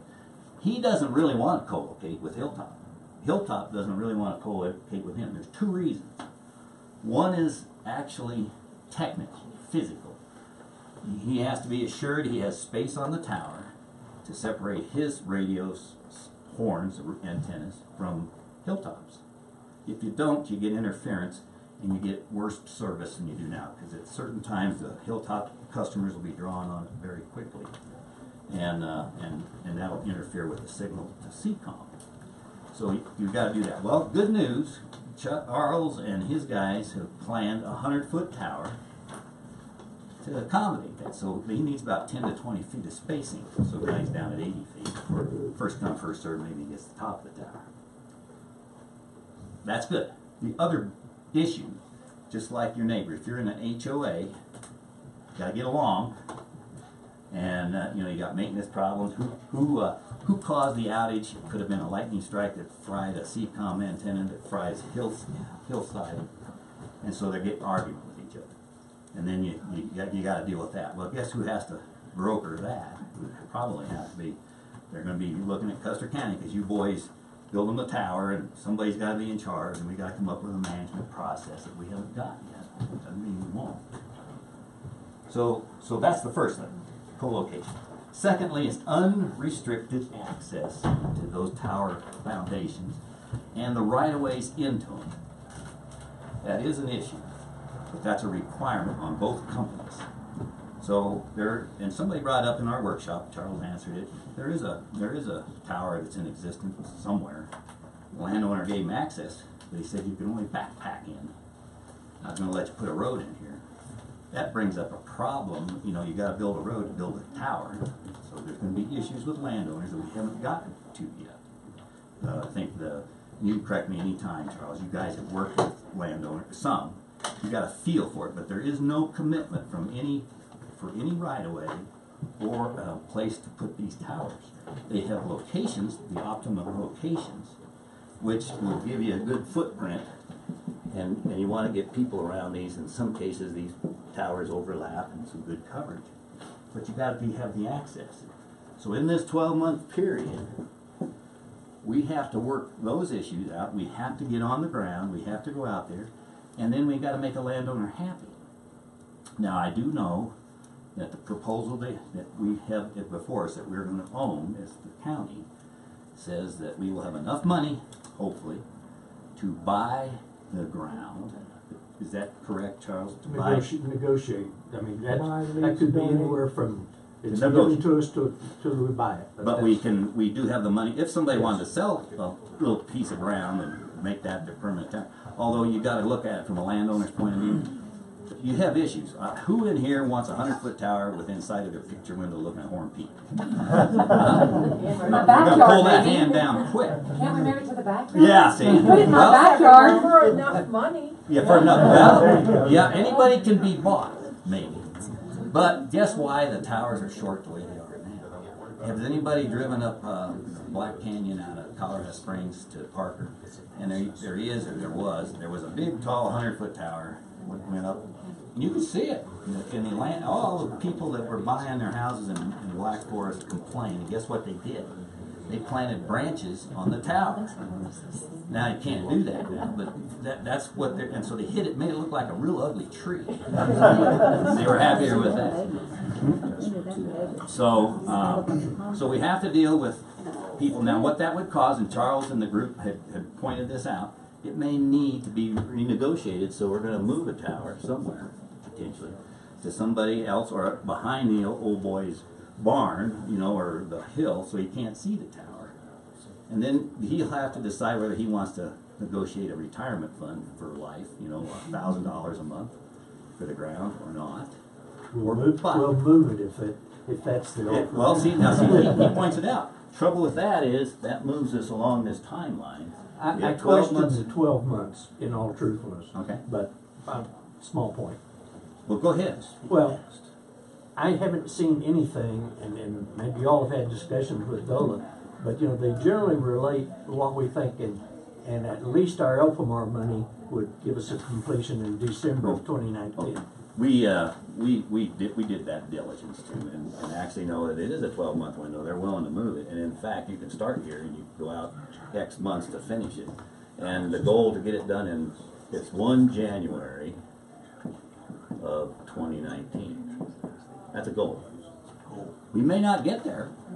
You know, this could slip, and I know that DOLA will work with us, because if we've gotten along and it's got one landowner that's holding out, and the grant money is gone. Now, you got to remember that grant money is only for fixed stuff. Once we buy the ground, that's over with.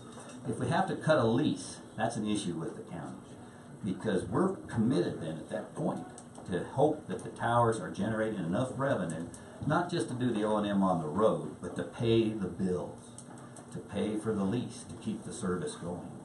And you have to bet on the come that service provider will be in business to pay the lease. So that brings up point number 2. Well, before I get into that point, is along with the towers, that means you want more customers on there, more service providers.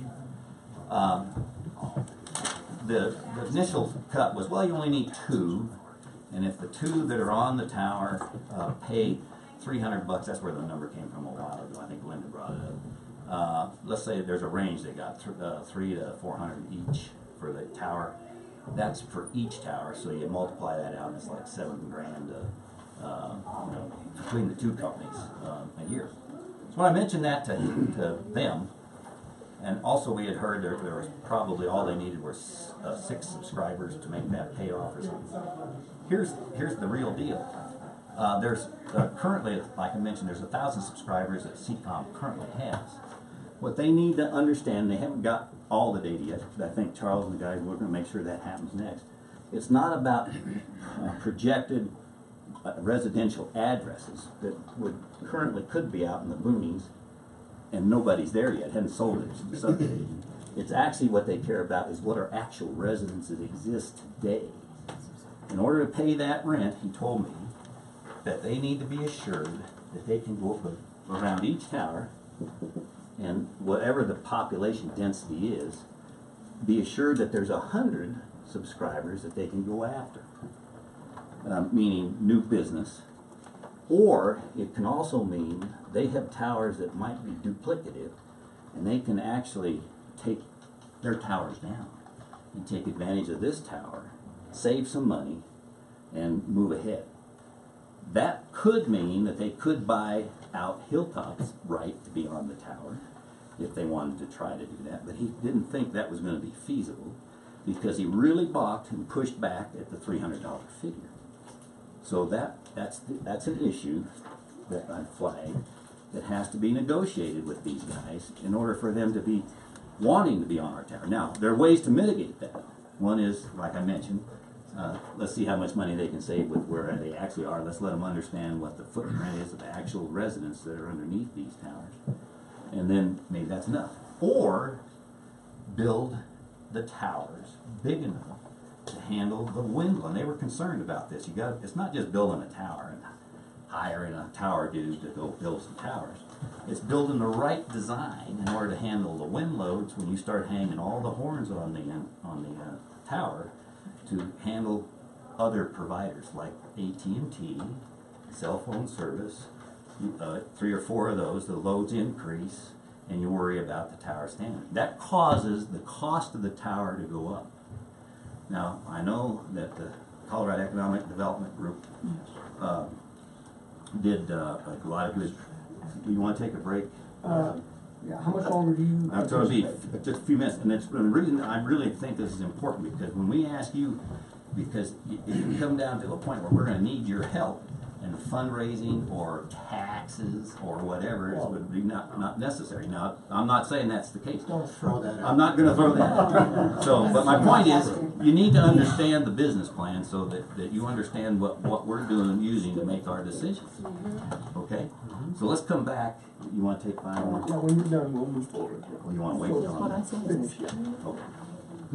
Okay, so I'll finish that up. So Extrapolate. yeah, now, don't. I wasn't trying. That was just an offhanded comment. So we have to negotiate that in this time frame and get it to be so we can start building and drawing the money from DOLA. They got to know we can do this, and then the adequate building space on the ground, and that's accounted for in the plan, for their equipment, the shacks to hang their radio gear in.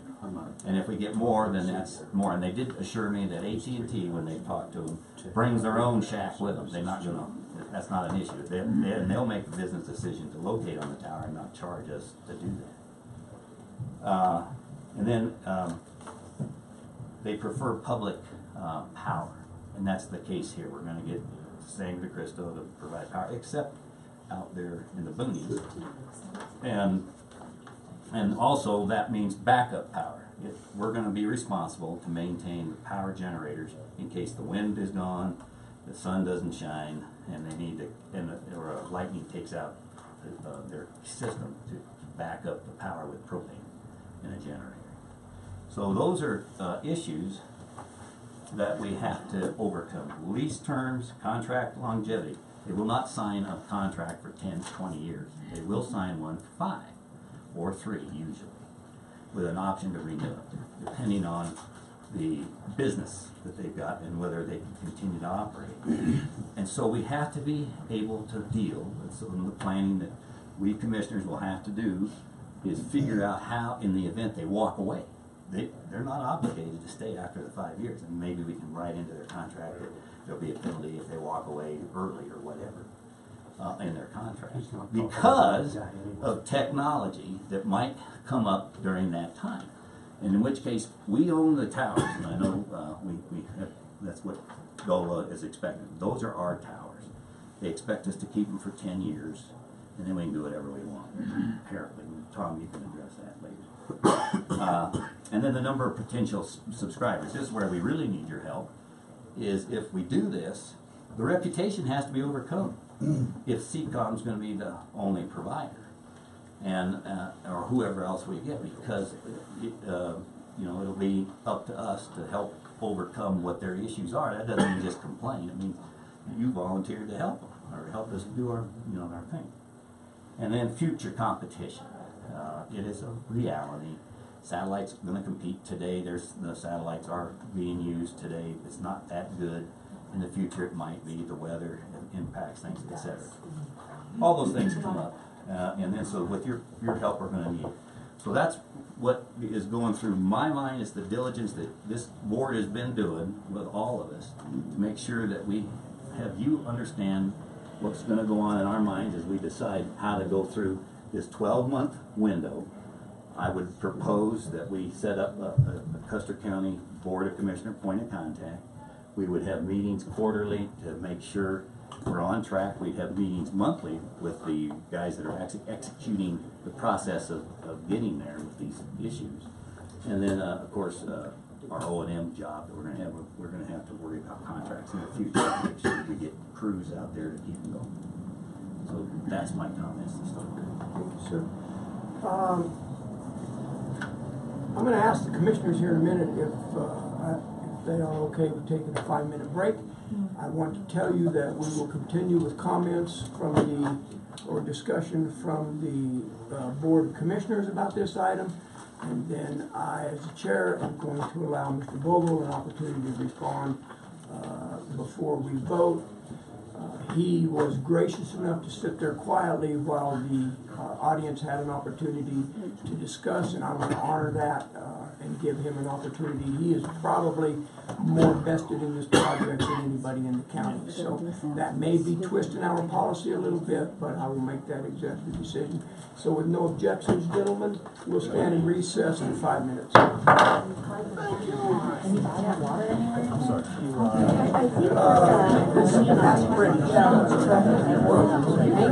Thank you guys for taking I really appreciate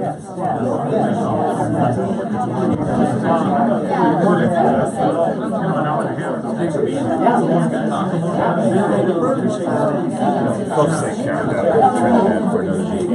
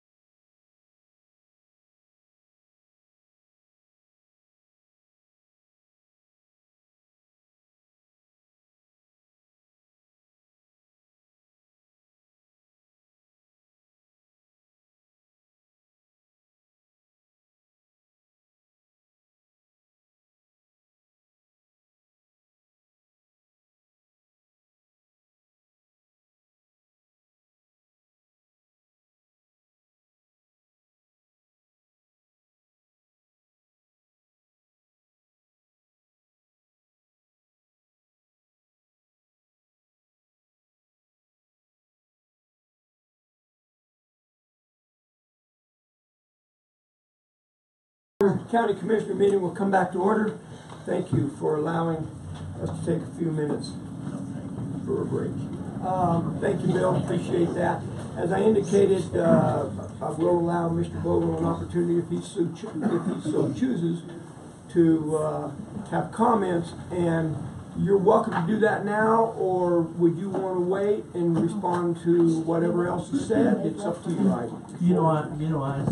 I very seldom give up an opportunity to talk. I'll give you all one small pitch that we presented at public meetings when we were prepared for Ride to the Rockies, when we were talking about the Main Street Wi-Fi. There was rumors then that Mullen and I were getting rich and we were going to take that $50,000 and we were going to leave the county. My wife will confirm that our half of $50,000 would not go very far, and we're still here. So Dale had 35, 40 years in the IT business. He did the IT systems at LAX and San Francisco airports. He's a subject matter expert. My background, I'm a mechanical engineer. I built airplanes. But the last 6 years, I've picked up a lot of these little things about broadband. The point is that we have managed programs and intend to help the county to manage this program. And we're confident that it can be done as we propose it. Yes, there's a lot of details, but then we have not had funds until we get grant monies to work these details and really to sub a lot of it out. You know, there's a couple of three of us that work it here in the county. We can't do it, but we can function as a liaison and a connection between the county commissioners, because they've got a lot of other things to do, and with appropriate professionals. For the most part, I devil's in the details, but what Commissioner Kenda indicated is reasonably accurate, other than Mike Saunders, DD Wireless, initially established the wireless system that we've got here in the county, and then DD Wireless, or CCOM bought them out about a year and a half ago. They've had growing pains. I can't make excuses for that, but they bought DD Wireless. The next year they bought the WISP that supports the Wetmore and Florence area. But when they bought DD Wireless initially, some of us were really concerned, because we had looked at CCOM's ads. They gave poorer service than what we had under DD Wireless. Their rates were as much, if not higher. Their offerings were lower, and we had real concern that we were going to lose something. Dale and I both had meetings with John Saunders, the Chief Operating Officer, during Mountain Connect.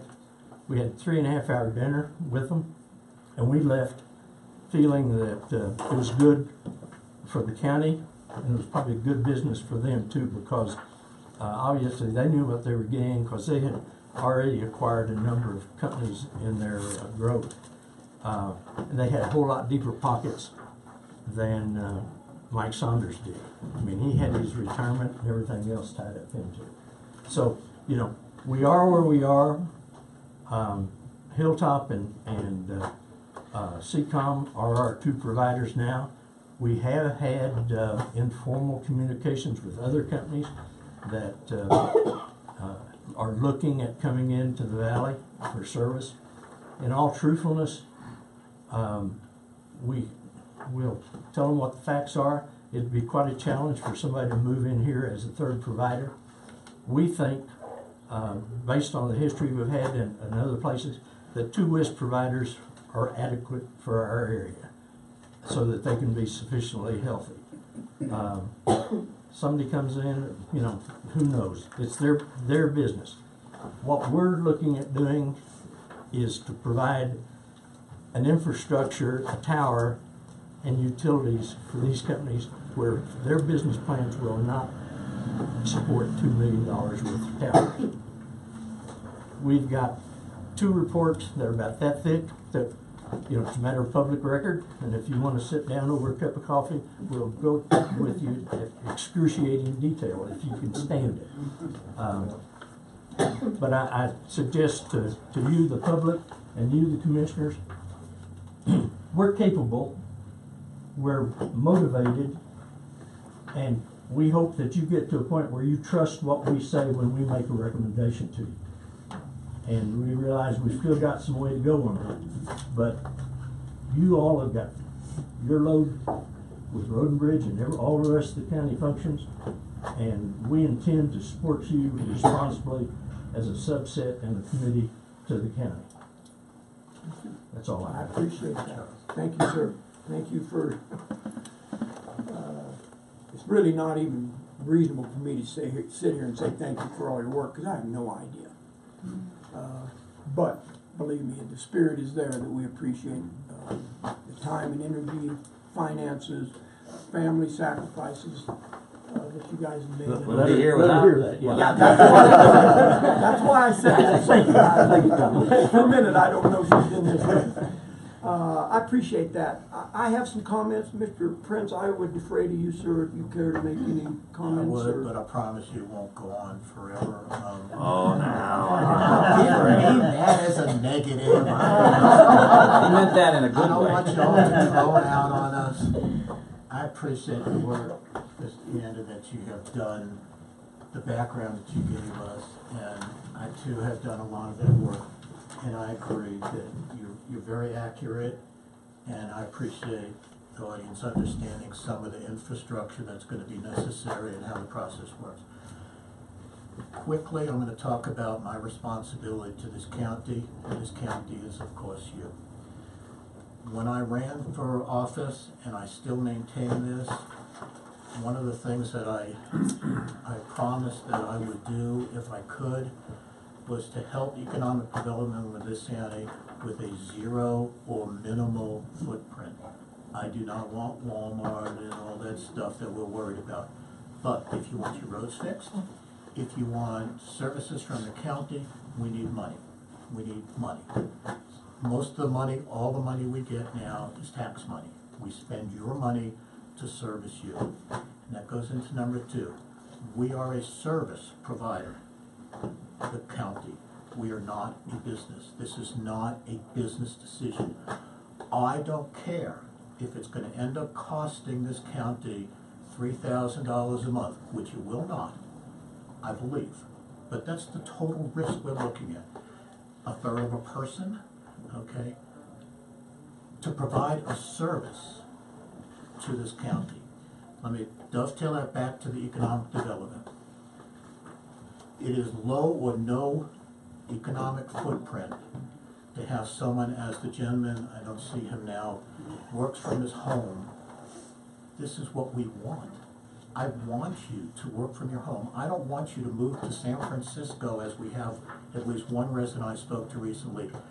She works here because she has broadband. She can have her meetings and go on and on.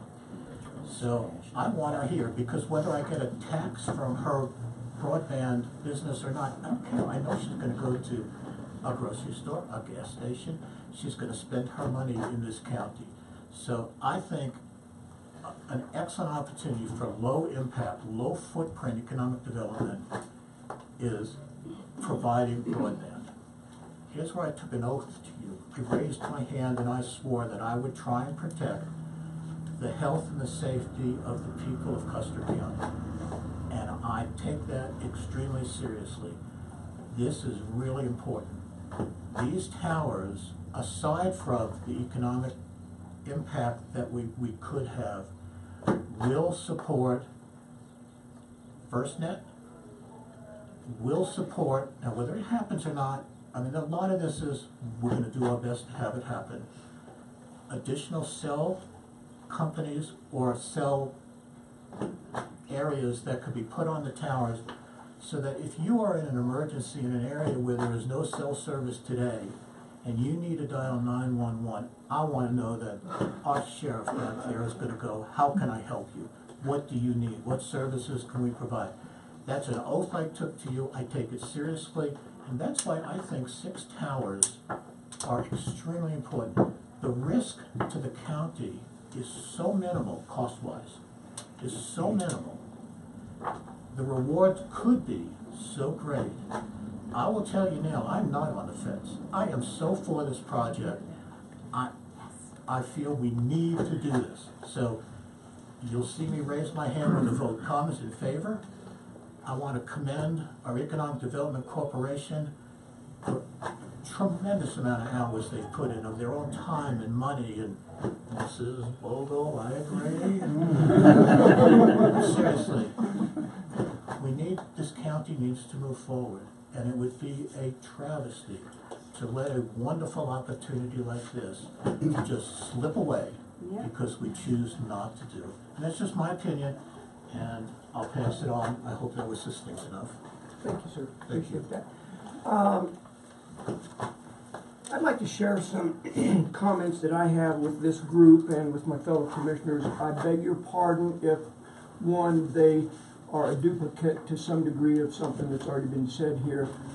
I will try to, if it has been, I'll try to just go by that, but I may not. I have some things written down that I just want to share with you, and then we can certainly move forward. I would like everybody to understand. I know that these commissioners understand, so I'm not going to include them. I'm not going to point to them and say, I hope you guys understand this, because I know that they do. This grant is for 6 towers only. That is a part of this broadband thing. And broadband is nothing but a defined speed of internet access for the end user. That's all it is. So I want everybody to understand that the grant we're talking about is for the towers. It has nothing to do with any internet service being provided here except being a carrot that we can dangle out there and say, we have done our part, now you do your part. And I would defer to Mr. Bogle to say, hold on a minute, let me, you're welcome to do that, sir, because I don't want to make ignorant statements. Like we've said, if we can't have contracts with WISP and right. to the such that it's a good deal for the county, then we just won't build a tower. Exactly. So this grant deals with the towers.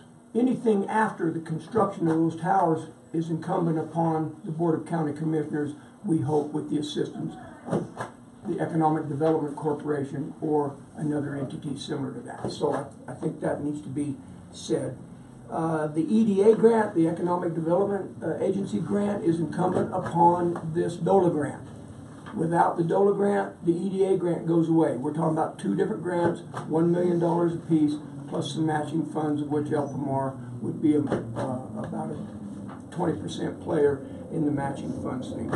I want you guys to understand and know this. I believe my 2 fellow commissioners have been contacted by many people in this county on both sides of the fence. So I hope you don't think that we're sitting here in a glass bubble bringing forth our personal agenda to this thing. That is not the case for me. I will not speak for these 2 gentlemen. And Commissioner Kanda addressed this, there are, for lack of a better term, altitude layers on these towers. Not everybody's going to get to put their radios and equipment on the top 20 feet. And we're going to be limited, if we have these towers, by how many layers are going to be available. Nobody's going to want to be on a 0 to 20 foot layer, I can tell you that. So that's the other thing. These towers would have limitations to them. We don't have any way around that. DOLA will have in their final contract a 10-year commitment, a 10-year ownership commitment by the county for these towers. So they have to remain an asset of the county for a minimum of 10 years, regardless of what happens. Doesn't mean we have to use them, but we have to retain ownership. We cannot turn around and sell those towers for scrap iron in the worst case scenario. In the 2nd year we own them, that will be in a contract. I know you guys know this. Please don't think I'm talking down to you.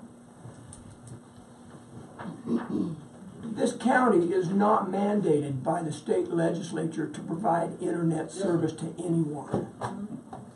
We are not it is not a utility, and we are not a internet provider. I've had people say, you have to do this. This is your responsibility. I'm not saying anybody in this room told me that, but I've had many table pounding conversations and heard statements that just are not true. We're not legally obligated to provide internet service to anyone.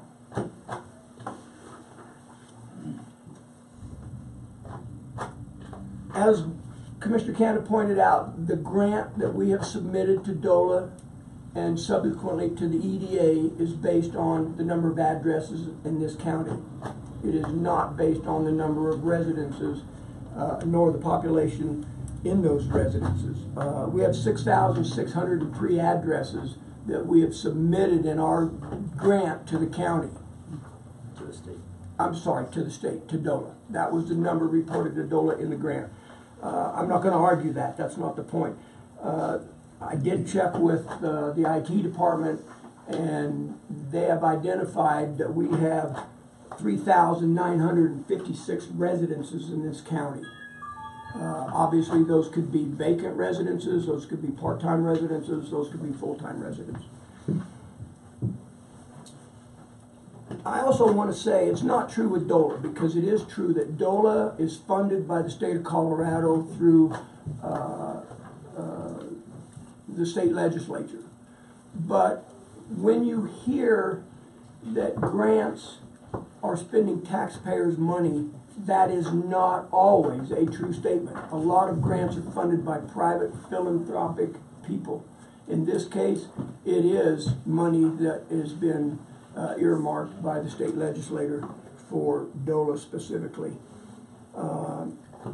It doesn't matter. When we're talking about terrestrial services, it doesn't matter how high that tower is, reasonably speaking. Any internet is going to be line of sight. It's LOS. So if that signal cannot hit your receiver, it doesn't matter. You're not going to get internet. So we're not going over and down and around and in. It is a line of sight. As you probably well know, broadband is no different than high-speed internet. If we can't communicate from point A to point B, it doesn't matter. You're not going to get internet. I spoke with Christy Doon, the regional director for DOLA. We will be placed on a clock that we will have 12 months to come under contract with DOLA. If we cannot do that, if we cannot meet those contractual things with DOLA, they will withhold that funding. So we need to be aware of that. And this is not news, obviously, to Mr. Bogle and the Development Corporation. This whole grant is based on a reimbursement process. We're not going to get any money from DOLA until we expend dollars. I'm not trying to cry wolf, but if we get a contract to buy these towers, we will buy the towers, and then we'll go to DOLA for our money. Correct statements? Incrementally. Yes, as we go along.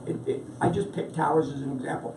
If we bought the fencing material to fence, we're going to pay for that out of county coffers. That has never been mentioned in any meeting that I've been in attendance to since this whole thing came to the forefront. We have to front this, correct? There's a way of accommodating. Okay, I'm not saying there isn't, but I believe the facts are we have to is a reimbursable. We have to situation. get time and energy to go after And people then- who get right-of-ways and all the things. Yeah, but my point was, we have to expend the dollars, then we get reimbursed.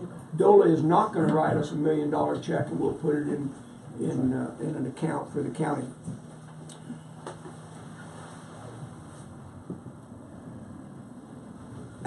In some form, every one of these towers will have to have backup generation. That's part of the whole package. And so the county will not only own these towers, it will own whatever that backup generation system looks like. And the buildings.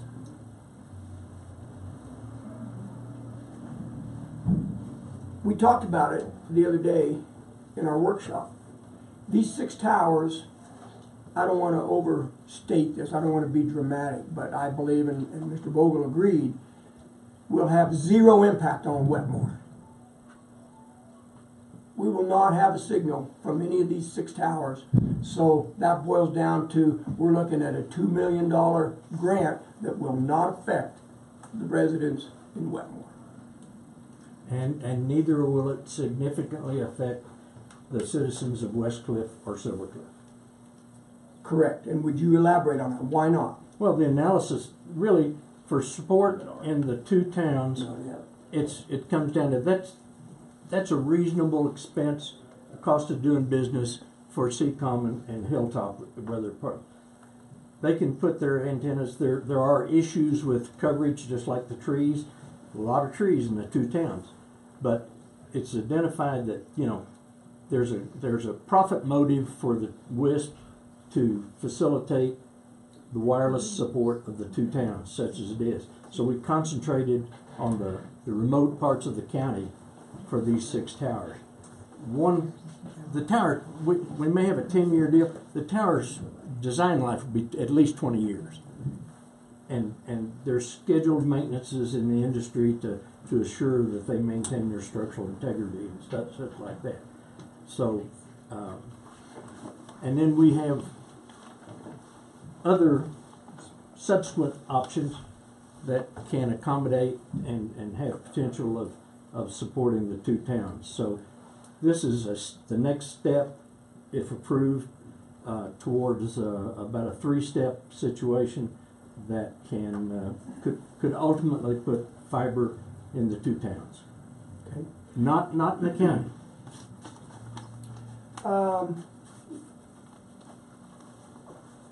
I need to say this to you. You might think, whatever, Flower. But it's in response to some communications that I've had. I'm a personal friend of Mike Sanders and have been since him and Elaine and their family moved here. I had their students in my class. I will tell you today publicly and on record that I have no personal, financial, or other investment, never have had with DD Wireless, other than the fact that I was a friend of Mike Sanders. I will tell you as a part of public disclosure that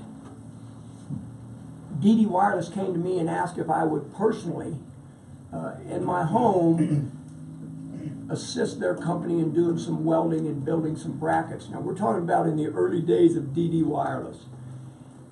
And Mike Sanders said to me, if you will do this, because I don't know anybody else, and I can't afford to pay anybody else, because I don't even know if what I'm going to ask you to do will work, will you do an experimental, will you help us build some brackets? We got to figure out a way to hang these radios on these towers.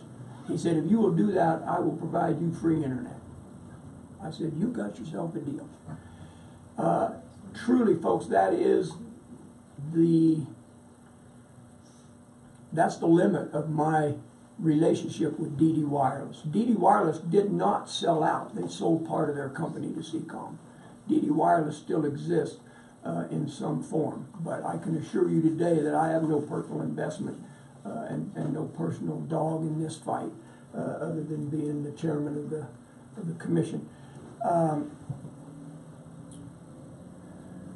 I have been accused of being a monger about this whole project, and that's fine. That comes with the territory. I get that. Doesn't mean that it's true because somebody's got their finger in my face saying that I don't care about economic development in this county. That is not the truth. I have said earlier, and I'll say it again, I felt it was my obligation to do due diligence and ask as many questions as I could. I've had this conversation with Mr. Vogel. A lot of those questions had a very negative connotation to them. That was not by intent, more by design, in my opinion. When you start asking somebody a lot of questions, the first thing they're going to think is, you're against me.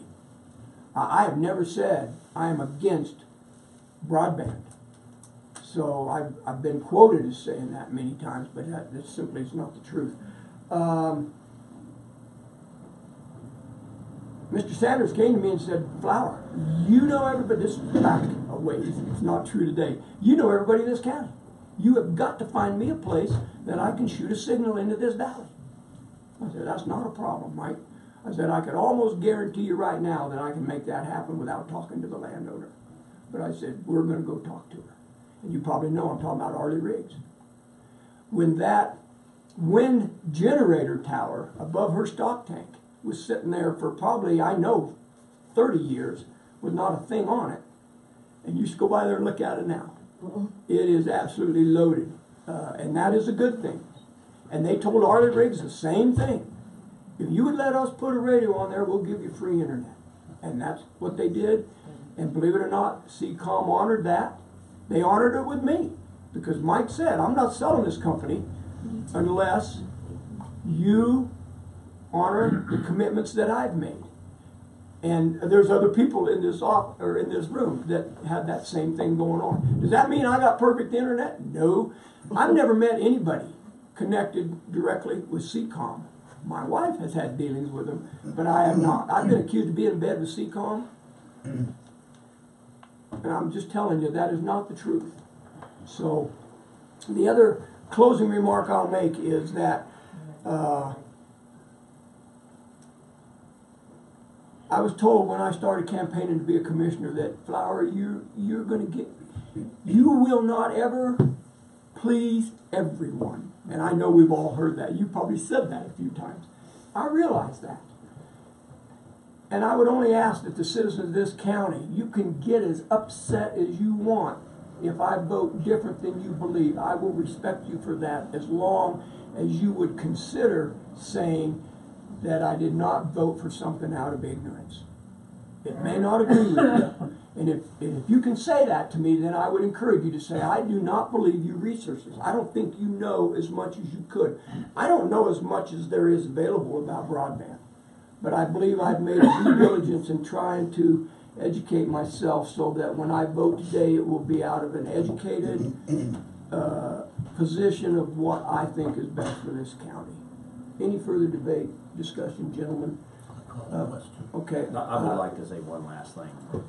Okay, hold on, we'll go through the process. Mr. Prince has called for the question. Is there a second? Believe it or not, that motion does require a second to call for the question, which, if you don't know that, calling for the question, if it passes by this board, ends all debate, and we'll proceed to vote immediately. Motion dies for lack of a second. Further debate. The only thing I wanted to point out is, the good news is, almost all concerns that we've had since November the 1st, when we got involved with things, have been allayed mostly by facts that there will be insurance on these towers. We're not going to be obligated to build a new one. The only issues that we have are, we've got to get the right of ways, we've got to afford the land, and we've got to be able to get the customers to get the maintenance on there so that we're not pulling out of the county coffers to do this. There are outs to this in that 1 year process, the DOLA process. It's a good thing they don't give us $1 million up front, because if it gets to the point, we're not going to squander the potential of using your money and continue. We can cut and run at any of those points. If CCOM and Hilltop back out because of whatever reason, economically or profit motivated, then they can do that. So there is that potential in that 12-month period of time. You may not get the service, because we will be adjourning another board, and we will make a decision whether we're going to continue to waste money or go into the coffers if we have to get the lease on the place and get the O&M covered, and hopefully, or work the customers to get it. So that's what I wanted to make sure, because you've got to understand that. Just because it's a conditional, if you want to look at it that way, for it. It's provisional. It's the next phase we're voting for to go into. Okay, thank you, sir. I have consulted with Mr. Prince. Obviously, he called the question, it didn't move forward, but he has indicated to me he does not have anything further to say. And I wanted to clarify that, because I have told this group that before we do vote, you would have an opportunity, if you so choose, don't feel like you have to, but I would ask you as a group, if you're in favor of this board moving forward and voting to represent this county in Golden on March 13th or 14th to move forward with the purchase of these, or the grant to purchase these towers, please raise your hand. Okay, good, thank you. Everybody in Oh, there but one. we can count if you want. I don't need it. It's a straw poll for me, so I'm looking. Okay, this was in favor of, right? Was there? Because I saw somebody else. Go ahead, raise your hands again. So if you're in favor, indicate that to us, please. Okay, good. 15, 16. And if you were in the room and you're opposed to the county moving forward with a grant to buy these towers, would you raise your hand? Okay, all right, thank you. Now, can I just comment? I said I wasn't, but Yeah, that's just fine. for the straw poll. Yeah. Okay. I've seen this happen multiple times in the county where the audience is, I don't want to say stacked, but I don't know a better word. So the straw poll is important, but I don't believe It's not any decisive. straw poll. I don't believe any straw poll where any small audience represents the entire county. So even though this straw poll was overwhelmingly in favor of it, that does not mean that's what the county is. Okay, I just want to make that comment because it's very important. Yeah. And that straw poll was just that, a poll to poll the people in this room, and that's what we wanted to see. So your point is well taken. Yeah, you're right. In fact, the county drove our diligence. We know what our constituency wanted, or we wouldn't have wasted our time and yours doing what we've just gone through in the process in the last 3 months. I would defer to Mr. Bogle one more time because I know this gentleman has a vested interest. Any closing comments or remarks or prior to us voting? If you want to keep, I don't want to sound flippant on this. I'm glad we're to this point. Obviously, a positive or a negative vote have ramifications in both directions. It's going to be a whole lot of work for a lot of us over the performance period of this. It already has been, but we're certainly willing and able to respond appropriate to whether it's a positive vote or a negative vote. Thank you for that. I appreciate that. Good comment. Yes, ma'am. My name is Marilyn Stodola, and I serve as the secretary for the Custer County Economic Development Corporation. I have watched these gentlemen spend the last 2 years of their lives focused on the majority of their time on this, between their expertise. And right now we're kind of in a perfect storm. We have their expertise and we have the opportunity of funds. Those two things rarely come together. If we pass up this opportunity, we may not have it again for a very long time. Any further discussion for the board? Hearing none, we'll proceed to vote. All in favor of endorsing and approving the grant cycle to continue on behalf of the Board of County Commissioners to represent the county at the hearing in March 13th or on March 13th or 14th in Golden, say aye. Aye. I will vote for it, recognizing that it is into the next phase, that, in which case there is always that opportunity to do the right thing and waive the date at hand, and could stop it at that point. But I'm voting to proceed. So when I vote as aye as well. Motion carries.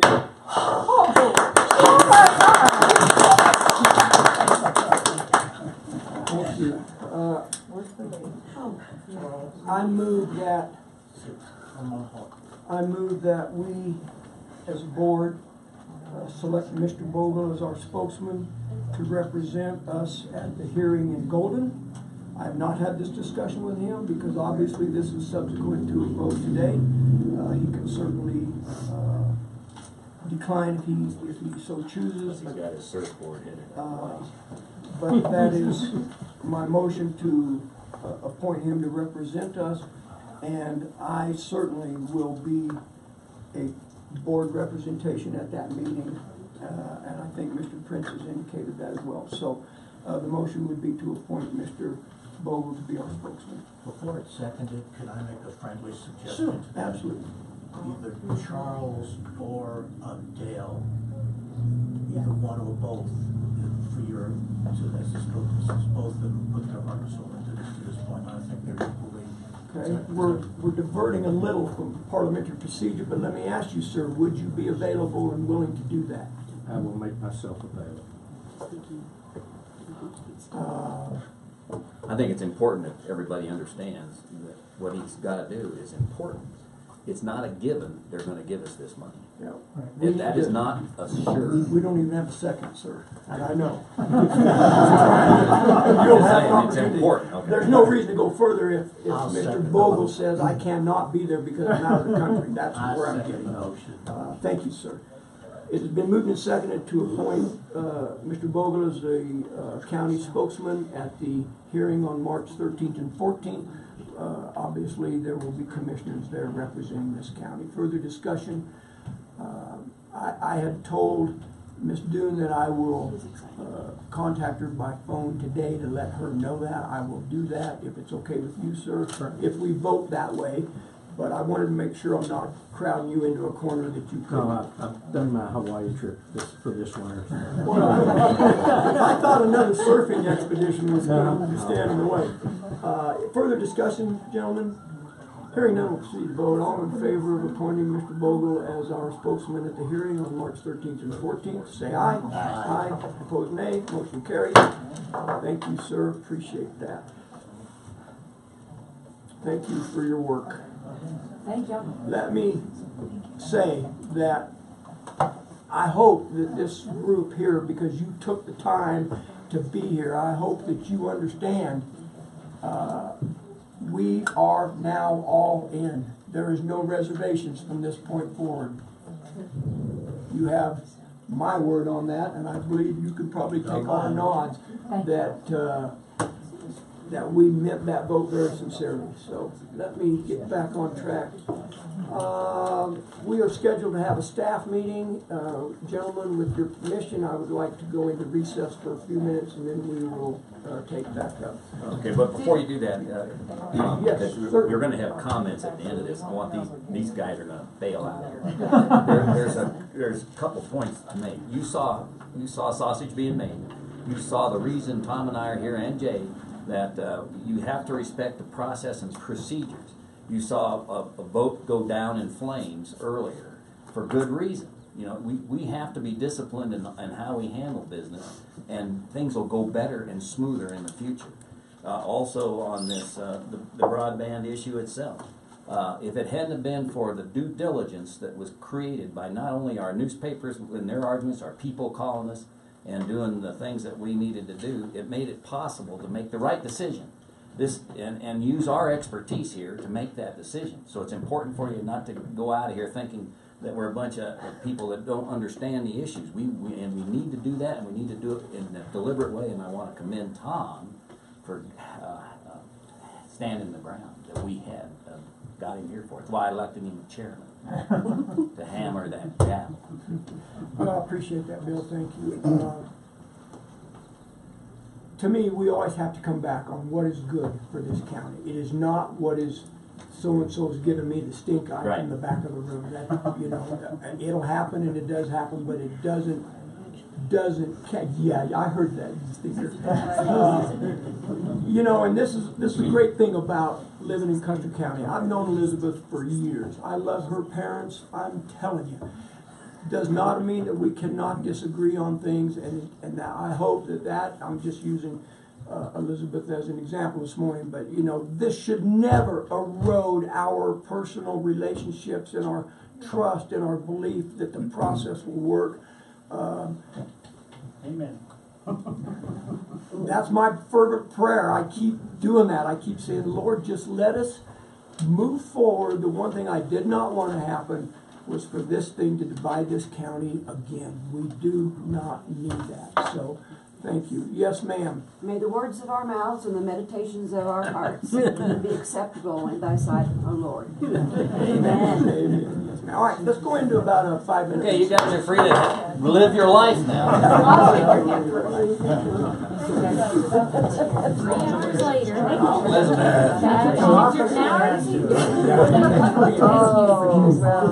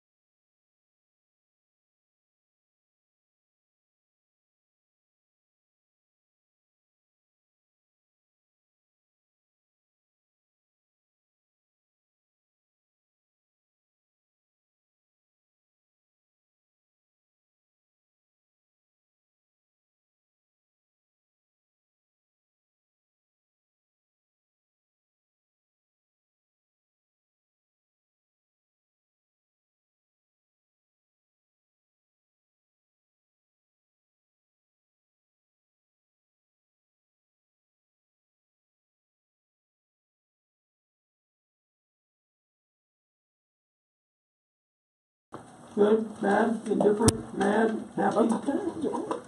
Present.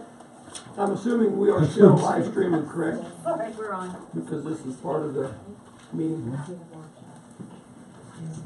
So the next item on the agenda is our staff meeting. I never have gotten my mind wrapped around how these are supposed to look or work, so I'm gonna open it up. It's just a staff meeting. Okay, staff, who's first? I'll go first. Yeah, go first. I will. Okay, so wouldn't it be to the benefit if you got department heads in here at the staff meeting, like the next staff meeting, the department heads would stay in the room and let the other people in the office come because they might have some concerns, because it's always been with the department heads. Okay, it's a great question. I wondered it too. When we have staff meetings, let's define that from your perspective to us. What does that mean? Are we supposed to be meeting with some staff of the entire county? Should Wetmore be here? Should Road and Bridge be here? Should Landfill be here? I mean, I've got my opinions about that, but I'm asking you guys. Generally, it's always been people in this building. Okay? Well, no, because Rusty's come sometimes. Well, Road building. and Road and Bridge has come sometimes. Right. My line of thinking is that anyone, Right. Obviously it's on the agenda, but this is the other thing that kind of gets me about this whole county system is we don't have a county email for everyone that we can, I mean, we do, everybody has an email, but in my line of thinking, we should all have access to a tom@custercountygov.com. Tom, I think, classic staffs are people that are department heads or heads of groups or divisions within a company or a government agency, and this is a government outfit. We've got underneath the commissioners, people that directly report to us, but there are county staff or department heads that are parallel. I think a staff meeting, if we're gonna involve the right people, ought to be all the elected officials and their designee for a particular meeting to discuss the issue.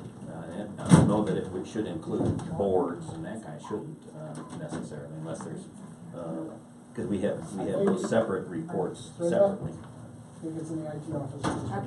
All right. That's my thought. It just makes sense to me if we're going to have a staff meeting, for sure the department heads of the entire county should be there, right? I think I'm agreeing with what you're saying. I think. Boy, it sure doesn't sound like it. I thought I just said I think that all of the department heads should be at our staff meeting. Wouldn't it be like beneficial because instead of closing down our offices, Sure. next staff meeting, Elizabeth gets to come over and I'll stay in the your office. designee, he said. Uh-huh. I think in the past, what Debbie always said is that the staff meeting was for staff. And the departments heads usually came, but she always would ask us, do you guys have anything you wanna Sure. go and I'll stay Issues in to here? bring I forward. think it just, Yeah, and I've had staff that came in yeah. to talk about specific Right. things. So I think. So, Elizabeth and that's, should come. and I asked them today, staff meeting's going on, does anybody wanna go? And they're going, no, we don't go, we're fine. Yeah. Yes. I really agree with Kelly. I think if there are issues within an organization, that the staff could bring it to whoever's in charge and say, would you bring that to the meeting? However, understanding that potentially there could be something that maybe they don't, maybe the problem is with the supervisor. I think I would have no issue if I don't staff either. chose to come. And then this And is what actually, it's a for. good time for dialogue, and the reason some things can get ironed out in a staff meeting between different organizations or different departments. So it's a good thing to talk and hear each other. I think when we first started, there was stuff going on with the building, for one thing, when they were putting in the windows and so the commissioners had us come in to just tell everybody, this is what's gonna be going on, just to let us know Yeah. some of the things. Right, and also, and I'm agreeing with you, and I hope I didn't interrupt you. Oh, no, I was. We also talked about who's locking the front door. Doors. We had a lot of stuff. issues that we needed to resolve, and Yes. we have most of those resolved at this point. You know, I look at the staff meeting as in case we're missing something, because I don't know about the other two, but sometimes I'm all flittering around somewhere. I want to know what's going on, and I want to know if there's something I need to do to help you do your job better, because that is always my bottom line. Not flirting around, he's on official county business. Whatever. Yeah, that's the way I would look at it. I'm assuming the process is probably going on now. I'm assuming department heads are saying there's staff meeting today. Do you want to go or not? If somebody said to me, Tom, how do you communicate to your county-wide staff that you're having a staff meeting? I'd say, I don't know, other than posting it on the agenda. In the courthouse, it's pretty easy, word of mouth, remind us, you know, hey, don't forget we have a staff meeting after the BOCC meeting. But Road and Bridge, landfill, Wetmore, Road and Bridge, because they're off-site, I don't know. That'd be up to them. Do you think the Road and Bridge and Wetmore knew we were having a staff meeting today? No. They're not on, I send all the agendas to all the department heads, which includes like airport and all those people, which would be Gary and probably Barbie. Now, what they do with it from Yeah, they can elect it, bring up whoever they But you want. don't send it specifically to Wetmore? No. Just to the department head, Right. which is Gary. Okay. And I'm okay with that. And Yeah, me too. Also, it's on the agenda, the meeting schedule for the year. Right. It specifies Yes. when the staff meetings will be. Donna, you were gonna say? Yeah, everybody but the road and bridge guys and the landfill guys, with the exception of Rusty and Gary, have emails. But they don't have a workstation at their locations to be able to pull their email, is why they don't have them. Yeah, and then that's the other thing, we get into this whole county thing, is extension part, or they're not, is human services part, or they're not, see? They all have email, I get that, but I'm saying that CusterCountyGov.com thing, not that it's a big deal, but. I would suggest to kind of, because I think this is kind of not firm, maybe one of us, you, should send it. Brenda, send an email to the department heads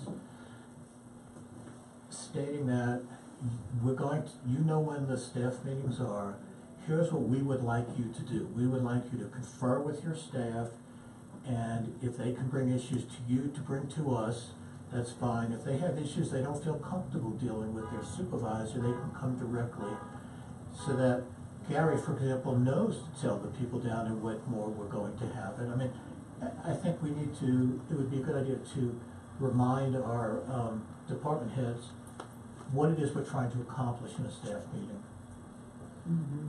So Yeah, I think too, along with that, Jay, that if a staff member has something they want to talk to the commissioners about that they're really not comfortable talking to their supervisors about, that's going down a whole nother rabbit trail.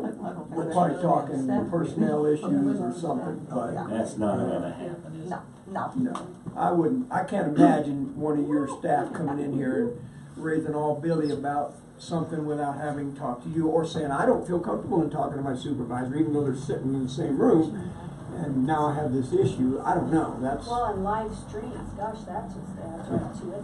Nobody's gonna wanna come, no. Yeah. So we're all gonna be on TV. Unless your staff meetings being broadcast. I mean, that's a Yeah, fair that's question. a great question too. You know, I don't know why. This is not a I don't county think- issue. This is a in-house When issue. we started this, we did not even have the people from the papers here. It was just to talk about some of the issues, you know, stuff with the building, we're gonna be doing this, or whatever it was, but, or. So that brings up a question, we're not gonna be forced into making any decision based on that, except internal policy procedures things, which doesn't matter, it wouldn't need a public comment. So no, we could don't vote need the on something process. still in this meeting, in this Sure, staff on- meeting. on We can what- vote on things. process. But to me, the only other alternative then do would that be to process. schedule these as a workshop. The public's still invited, the only difference would be we wouldn't be voting on anything. And you'll we have to wouldn't publish it 24 hours. We wouldn't be live streaming.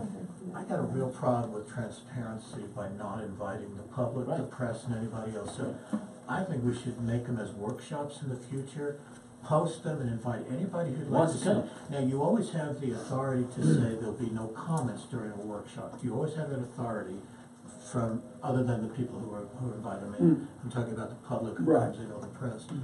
But for transparency, I think we should do nothing behind any. No, I agree. That's right. And that's why I suggested workshop. I mean, that's the format the public would. And I don't think would we're be gonna get a invited. lot of people unless they wanna hear Jackie specifically, Yeah. to wanna come in off the street. It could happen. Could happen. Oh, Jackie's going to the meeting today. Typically, in my professional experience, it was a staff meeting would have an agenda, and part of that agenda would always be, what are your concerns? So that's where I look at it is, what are your concerns, what are you having issues with? I mean, that, to me, should be a question asked during a commissioner, or. Okay, so to move staff forward, meeting. I think you made the right, we've got the right thing now. So it sounds like we're gonna get an agenda, Brenda's gonna put it out there, we're gonna have a staff meeting, it'll cover the pat things that you normally would see, I've seen it before, you know. Department X can speak, Department Y, blah, blah, blah, and issues and then comments, and just let it go at that. So if there's no issues, we won't meet. No, we'll always meet. Yeah, we'll always We meet. will always You can meet. choose to attend or not, but, You meet. because how would we know if there aren't any issues? See, we wouldn't know that necessarily. Something might So be the thrown out. commissioners What will might always hold happen, staff Jackie, meetings. is if you don't have any issues,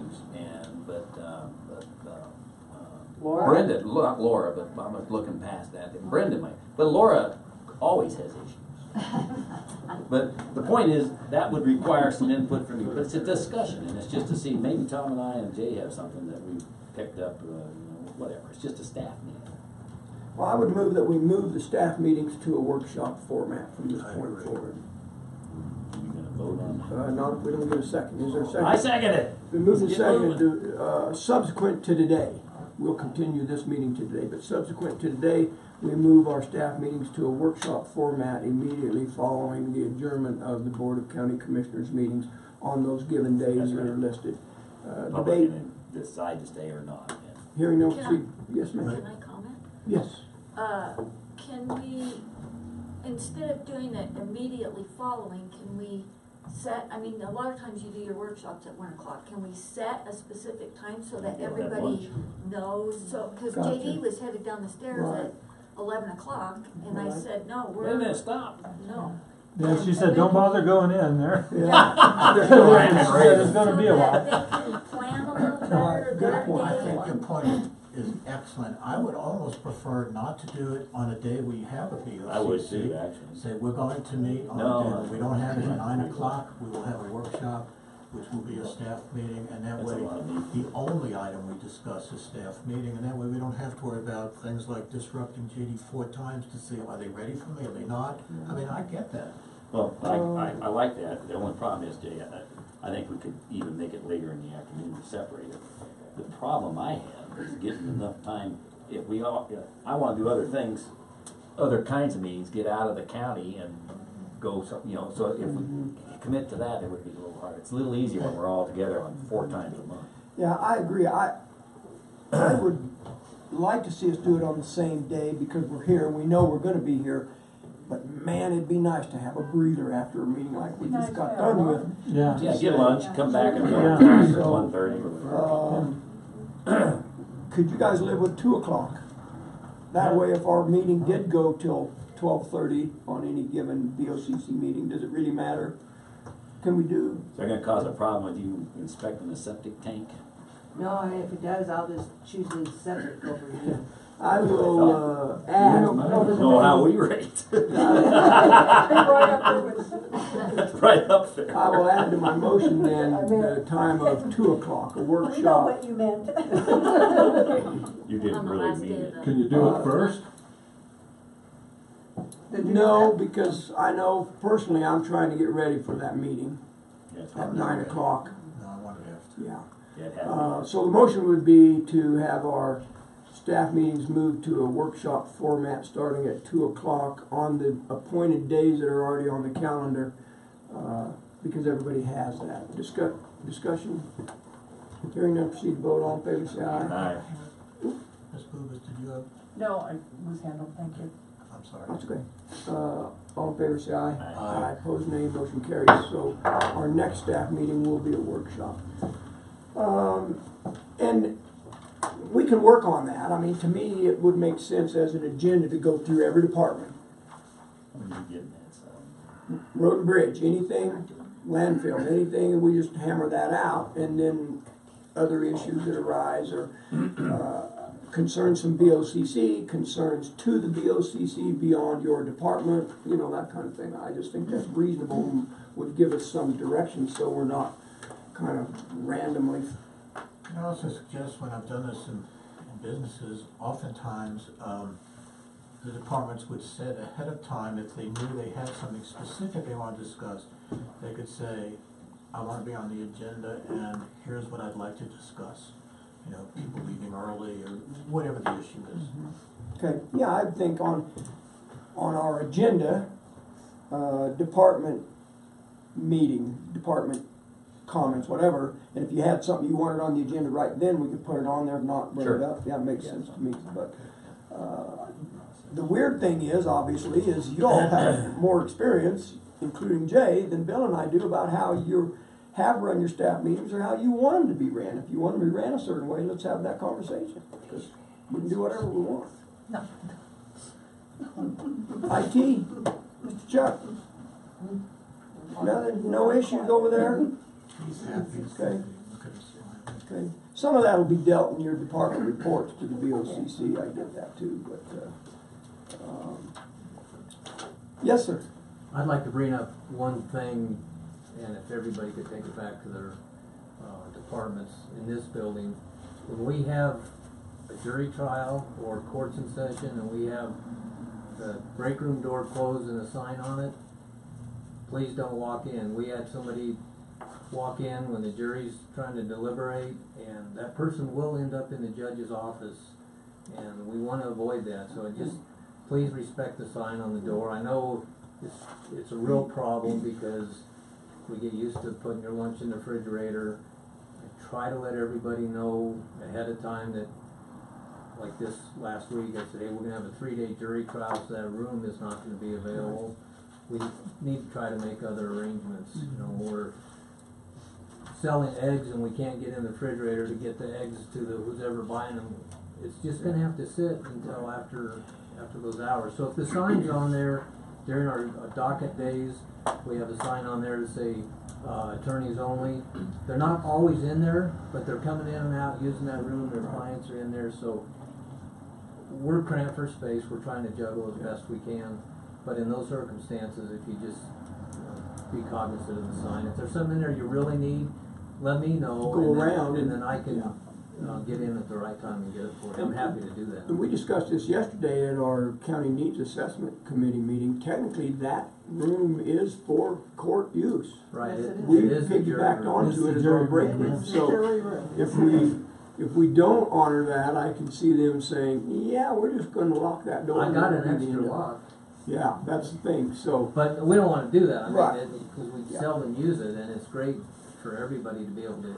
We should honor that when that's. And we're used to using it, and it does get inconvenient when the court blocks it off. But just be cognizant of the sign on there, because if you walk in while a jury's deliberating, that could be cause for mistrial, and that person will get called in and ask. The judge's going to ask them, why were you in there? Who were you trying to talk to? What was said? And it's almost always, I've never seen it not be completely innocent, right. But you really get put on the spot, and so I would appreciate that. Okay, good, thanks guys. Yep. So if you guys would carry that back to your departments, and do you guys have department meetings, or are we small enough where you can just say, hey, by the way, we talked about this? Do you formally meet, sit down, have conversations, or is that necessary? We do. You do? Okay. I do once in a while. We don't do it. Not regularly. Yeah. Because you can just have a conversation. That's the beauty of having a few people in your Yeah. office. Lunch. Every day. We make rolls up every day. Good. And we bring them every day too, don't you? Are you guys, and I know it probably will sound like a loaded question, but we need to have this conversation. Are you okay as departments with our IT transition? Is that going okay for you? Are you having heartaches about that? Or so far I've heard nothing but positive things, but if it's a business item that we all need to have a discussion about, let's do that. We're good? Okay. Just remember, Vern's the biggest guy in the room. Yeah. And he's sitting next to me, so I'm certainly not gonna say anything. We can settle anything with an arm wrestling match. And where are we at with the transition period financially, Donna? We're good there? Yeah, We're retaining Chuck? We're fine? Yeah, we should be good. We could probably keep Chuck part-time through the whole year. Okay. And we know Chuck wants to do it. He's on call. I know. He's on notice. Look at that surprised look on his face. And if we hired him on a retainer basis, the retainer part's free, we just pay him. Yeah. Does Chuck have a choice? No. P&Z, anything wild and? No. I'm good. Good. Okay. Yeah. We're writing this down. Yeah. JD, how's things upstairs? Good. I got two things. One is just, well, you don't have to write this one down. This one's just complimenting Ed. Okay. You guys hired Ed. I had never met him. Ed's doing a wonderful job for upstairs anyhow. I don't know about anybody else. He's doing a wonderful But job everywhere. you picked the right guy in my opinion, and I just wanted to give him props. He's doing a great job. Second thing is, and this is minor because it's been going on for 2 years, I still have a door that needs fixed. Okay. Sorry. An echo. I still have a door that needs to be fixed. It's been going on about 2 years, but so I'm not expecting anything overnight. It's going to take a while, but I just wanted to bring that up. What's I wrong? still do have an issue. What's the problem? Well, I'd almost have to show you. Come upstairs and I'll show you. Squeaked? Is it open? No. It doesn't shut and open right. And I tried to get the word around. Did you fill out a work order on that? No, I need to. Well, I have in the past. Okay. All right. I've filled it out 2 or 3 times, but not since Ed came. Ed did look at it, and he said, this is probably over my pay grade. This is probably going to take a contractor. We've had 2 or 3 contractors look at it. I don't know where it's gone since then. So I can fill out another work order, give it to Ed if that'll I would speed ask things you up. to do that, and then because we're trying to get this process put in place, if you don't know this, there are blank work forms in the I've got mailbox some. right above Ed's mailbox, or below it, I don't remember, but you can pull one of those out, fill it, and I've had this discussion with him. If you think it's over your pay grade, then we'll move forward, but without the paper trail, that's all I'm asking for. So if you would do that, we'll move forward with it if there's money available. Yeah. If there's not, then we'll report that Exactly, back. that's going to be the issue, I think. But. Okay, good. Yeah, that's how we tried to set that whole thing up. Okay. Perfect. Yes, ma'am. I have a question for Mike, actually. We've talked about for a while now a active shooter training and fire drill, and my staff keeps saying, when are we going to do it? When are we going to do it? So do you? Well, do I'm you still have trying to any- work with the fire department. You know, if you don't know, they just had a change of chiefs. So I'm probably on the 6th chief as far as getting some things done through here. I did have them come through and inspect the building. You know, there's some things that need to be fixed just to bring it up to code as far as exits. One of the big problems we have in doing a fire drill is we have no fire alarms in this building. So, you know, do we have somebody run through yelling fire, fire? And those are things that we're looking at. You know, fortunately, we've got the intercom system on the phone. You got smoke detectors though, right? Yeah, there's so there'll be a whining cry, and then people are suspected to yell. And I've also coordinated with the past fire chief. We were going to do a fire extinguisher demonstration because they've got the equipment for that, and we'll have the staff come out in the parking lot. And we were kind of doing that weather permitting. So through the winter months, we kept juggling a day to pick for that. So those are things that are, I guess they're on the planning table. The active shooter is a little bit takes a little bit more coordination. I've got some evacuation plans that I've drawn up. Two different scenarios, one for bomb threat and one for a fire. And actually we'll have three, because there'll be, what do we do with an active shooter? Do we shelter in place, which generally is gonna be the rule. Shelter and shoot in place. Yeah, in this building, Hard to an come active shooter would probably be in a lot of trouble, because I think most everybody has armed. If it's not on them, it's real close in the car. Go ahead, Jay.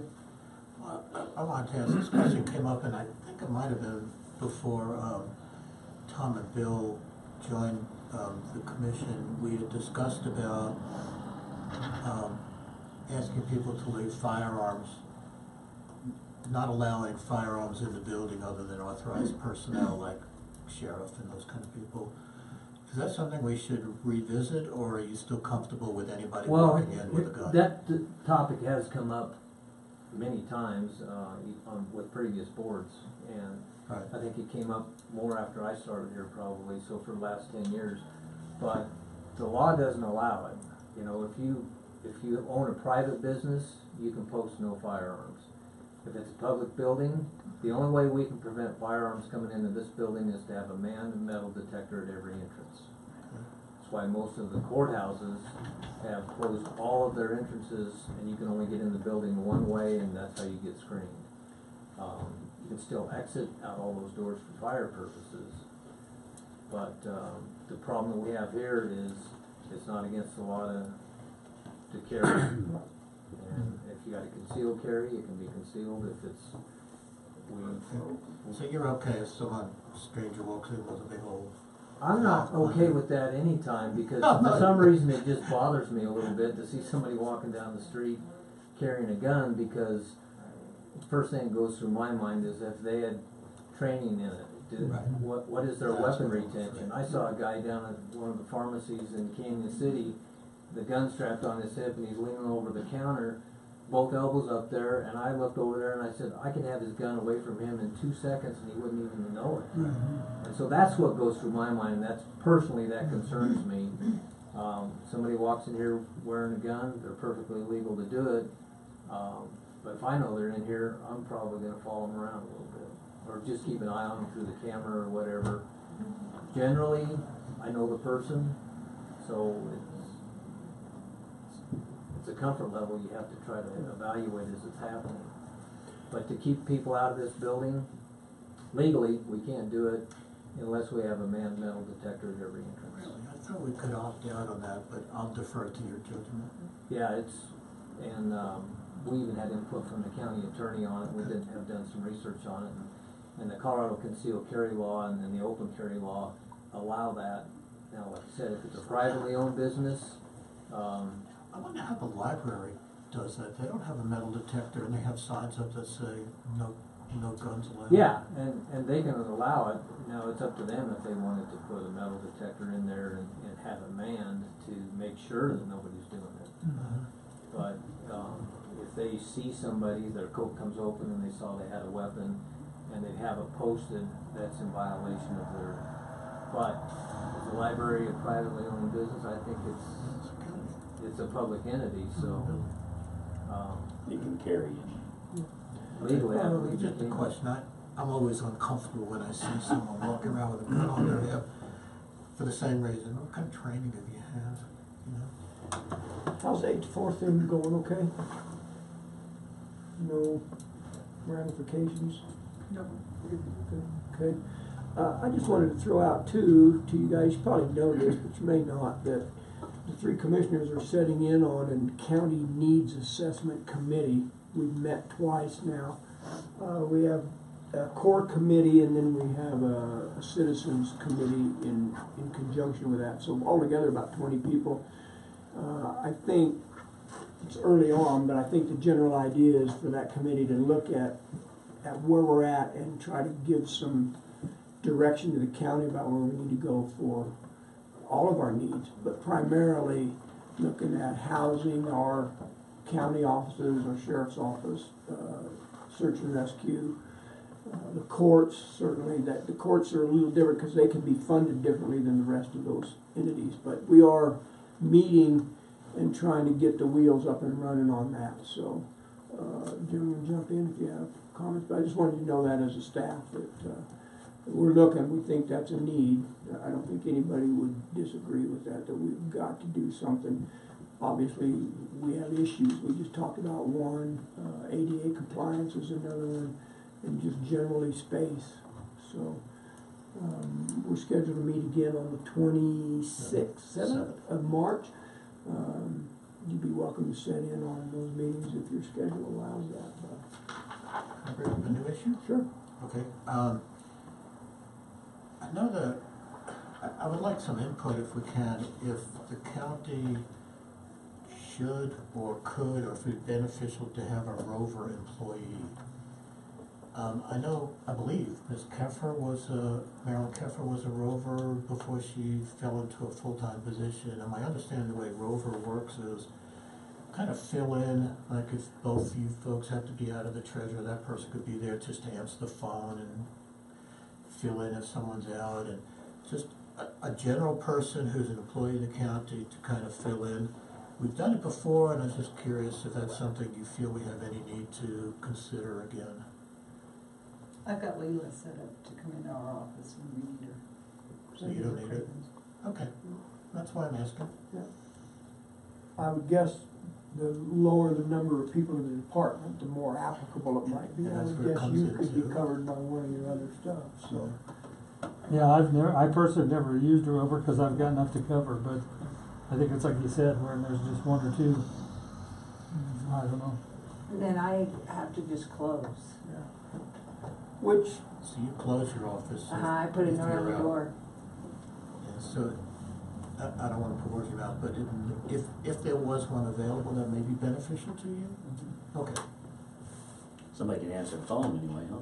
Yeah, and someone could, sometimes, like Elizabeth had jury duties, so I went down to that Wetmore meeting, and I just put a sign on the door. But this time of year, there doesn't seem to be a lot of angst about it. But in the summertime, it's nice just to have someone in the office handing out a permit, because that makes somebody feel like at least they didn't waste their time driving in.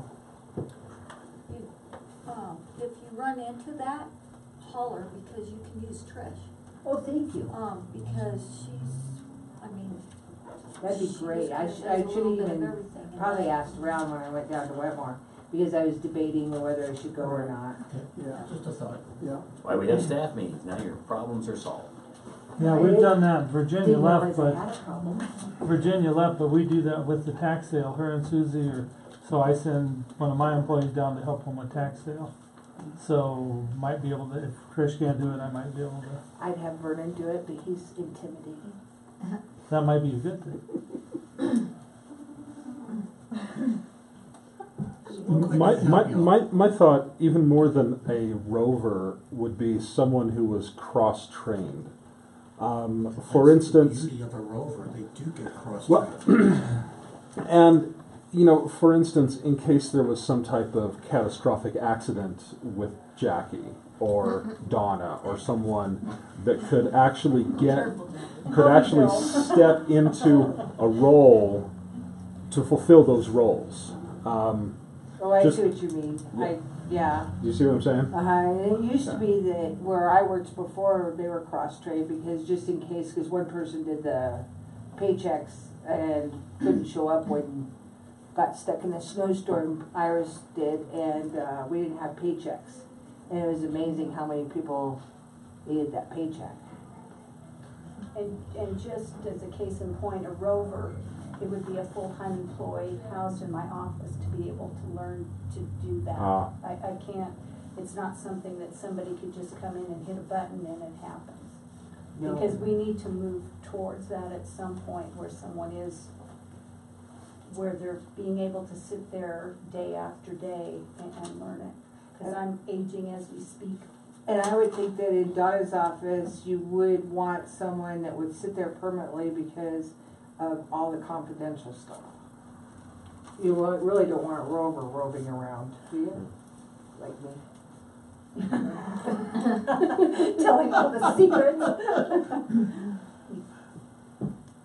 No, but I think Vern's point is excellent, that, I mean, in these key positions, we may or may not have an adequate backup if, God forbid, you know, you get run over by a Mack truck. God forbid. But I mean, it could happen. I mean, what are we gonna do tomorrow if a key employee is unable to perform their duties anymore? I mean, we really ought to think about backup people and what. For orderly 25 years, they've transitions. been saying that same thing to me, and yet to have a person.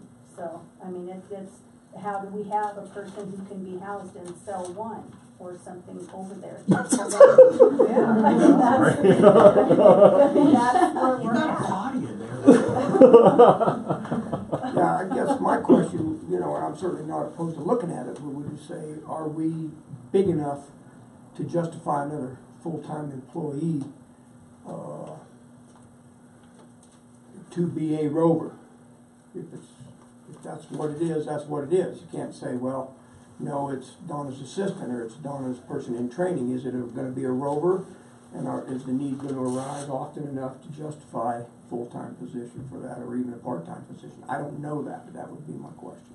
Well, and, you know, once I retire, and Vernon's the only IT guy, you're gonna have a rover, backup IT? You. Huh? I mean, you know, when I didn't have a backup. Right. 12 years. And it is difficult. It is difficult because, you know, even when you're on vacation, you're not on vacation. But you never. Or when you're sick, you're not sick. But Because you not still right. have to answer the phone or something and maybe talk them through it or. Case in whatever. point, Saturday night. Friday night. Friday night, excuse me. Yeah, Friday night, yeah. We had issue of the sheriff's office. We had to come in and get them up and going again. But I don't So, think a rover would I mean, a settle. rover is a great idea, except is this person, okay, gonna learn all the zoning regulations and how to issue a license plate and how to collect taxes and how to fix a computer and how to do the payroll and clean the bathroom, And I think, I think that was the problem we had with the rover before, wasn't it? Well, Maryland just stayed in. That's what I'm saying. They the two offices. just two offices doing very specific duties, because trying to learn it all, and then you aren't in that office for 2 months and you're going, well, I don't And remember. things You know. changed. That was the problem we ran into, I think. I'm just concerned about the one-person office, Yeah. like this hobby. Well, and Vernon, This yeah. hobby decided to walk out for whatever reason. Who's gonna take Then be nicer to me. Ooh. You know, I think I'd go for that. I think the rover thing that we're talking about, or at least I hear, it's like answering the telephone, almost like a temporary agency person. We need you to come in today, or Monday, so-and-so's not gonna be here, can you come in and sit on the phones and avoid having to lock the door totally? They may still come to Jackie's office and not get what they wanted, but there would be a person there to say, I'm sorry, Jackie's in a commissioner meeting. Yeah, and I'll whatever. leave a Take a note message. for her and she'll Right. get back with you when she Yeah, rather can. than just shaking their head. And Kelly had offered up Trish, and Trish is only a part-time person. So that would give Trish more hours. Now, if I borrowed Trish, would her wages come out of your, or we'd figure out where the wages would come from? Yeah, probably out of mine, because that's where they're, That's where she worked. that's where they're. And I can actually, as long as it's a general fund, I could pull it, I could Can do always general transfer ledger bucks. and do it right in there and pay her with one check out of hers for a partial. That'd be nice. You know, with, I wanna know who we're sending to the dump. My question, I figured Jackie would be the first one to I raise know. her hand. She'd fit right in. I have no problem going out there. I'd like to cross-train out there for a week. right. I Well, don't think you have enough land for take your everything you're gonna vacation, bring home. take your vacation time and get yourself cross-trained, would you please? Anything else, you guys? Yeah. Okay. Well, thank you. If we need to fine-tune the process of this, just keep hammering away on the staff meeting, how that should look or how you want it to look. I had one more question. On the agenda, it says something about the personnel policy. Yes. And what was that about? that, Kelly brought that to the Board of Commissioners today, that was tabled, we did not make a decision on accepting that that personnel policy. So she did bring all of your changes that you'd submitted to her, and brought those to the commissioners, so we will look at that at a subsequent meeting. And then, I guess, again, on the salary policy, or salary schedules, you guys working okay with that? You're pounding out something? And are you gonna submit that to the Queen over here, or what's your plans there? We're gonna meet again on the 28th, or the last week of March. Okay, so you'll bring those then to that meeting? Or do you want them ahead of time or not? That's fine for No, them to bring that. yeah. Okay, so I missed that meeting, but it was my understanding that, I don't have to have a salary schedule that matches anybody else's. No, that was a general discussion, correct me if I speak out of turn, that we are so varied in, by department to department. That's where we decided to start with. Every department bring a salary schedule. At least that's a starting point. It may vary as the process goes along, but that's where we agreed. And I shouldn't say this because I'll probably get a ton of people wanting it. I have an old workforce study, I don't know why the rest of you don't, that was done by the state. You didn't have to ask. And it shows, well, it shows they did a survey among all the counties and put a whole thing together, and it shows like deputy assessors in a county this size typically make this. Deputy clerks make this, cartographers make this, zoning employees make this. I mean, and that's what I based my salary schedule on, was that, and I've got that. I don't know why anybody else doesn't, because it's put out by the state. Yeah, But- I use the CTSI salary Blanket survey. email? Yeah. That's where we. Yeah, I used the state workforce that the state put out, but they surveyed every county or whatever. And Well, and ours go they go by county revenues, and so. yeah, that's what mine does too. It goes by county revenues. And it shows counties of this size. Here's what these employees made, and it breaks it down. That's what into all I got kinds a of stuff. copy from, because Donna had said that she had that, but there was some that, I couldn't fit in anywhere, you know, and stuff, so. And I would bring those to that committee and Yeah. have that discussion as a Yeah. group and say, how would we handle this? What do you recommend? But let's say that I figure that, one job is harder than another job and stuff. So just because I think that, and I'm just gonna say that Susan works in my office. Susan's job is harder than Linda's. And so I base that on the starting pay also. But we're not doing we're doing apples and oranges. Because some people are exempt, some are non-exempt, some people have to meet with the public, some people get overtime, some people don't. So that's where the apples and the oranges on the salary schedule would fit in, right? So we probably do need an exempt, non-exempt category. I hadn't really thought about that. We talked about it, but we never really said anything. So Personnel policy? it's in the personnel policy, but it's not tied to salaries. Yeah. It's defined in there, yeah. But, yeah, I mean, if that weren't the case, everybody get paid exactly the same. So that's why I think it needs to be department to department. JD's gonna be different than yours, and who knows that better than you guys as department heads, just to say, this is my opinion as a department head, what we should be paying in my department, exempt or not exempt. Put a category in there of each if we need to, yeah. Is that reasonable, or? Yep, I think so. And then who's gonna decide? Like, let's just say that, I got Linda making $20 an hour, but somebody else has another person that they figure is basically doing the same work and they're getting, $10 an hour. I would think that would start in the committee. You guys, wherever those two, you could say, hey, this is what I'm thinking, what are you thinking? Well, I'm thinking $10 an hour instead of 20 because of this. You work that out. Eventually that whole thing's gonna come to the Board of County Commissioners.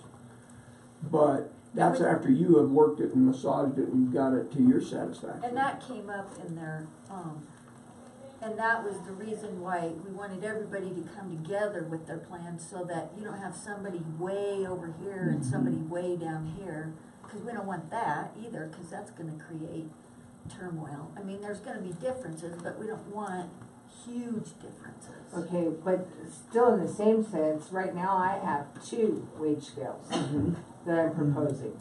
And I'll show you when we get to that meeting, I'll show you the difference. And they're both just how you would plug somebody in. Because if somebody comes in and they've been working as a secretary and they start out at $15 an hour, but they've been working for a secretary at some, I'm just gonna say Martin and Tope, then I wanna be able to go down step 3 and plug them in and say, you know what? You said you've been at Martin and Tope 5 years, I'm gonna give you 3 years experience, and you're gonna start over here. And you can do that. Oh, yeah, we Absolutely. talked about Should that. do that. Oh, You yeah. can do that. There's With- no there We should definitely be a- said that, like yeah. levels in there. Levels, but the last thing I heard, of course I didn't come, was you wanted a beginning, an intermediate, and No, just a range. I think you can go with whatever you, a range, and if within a range, if within that range you want levels, you can put levels or whatever.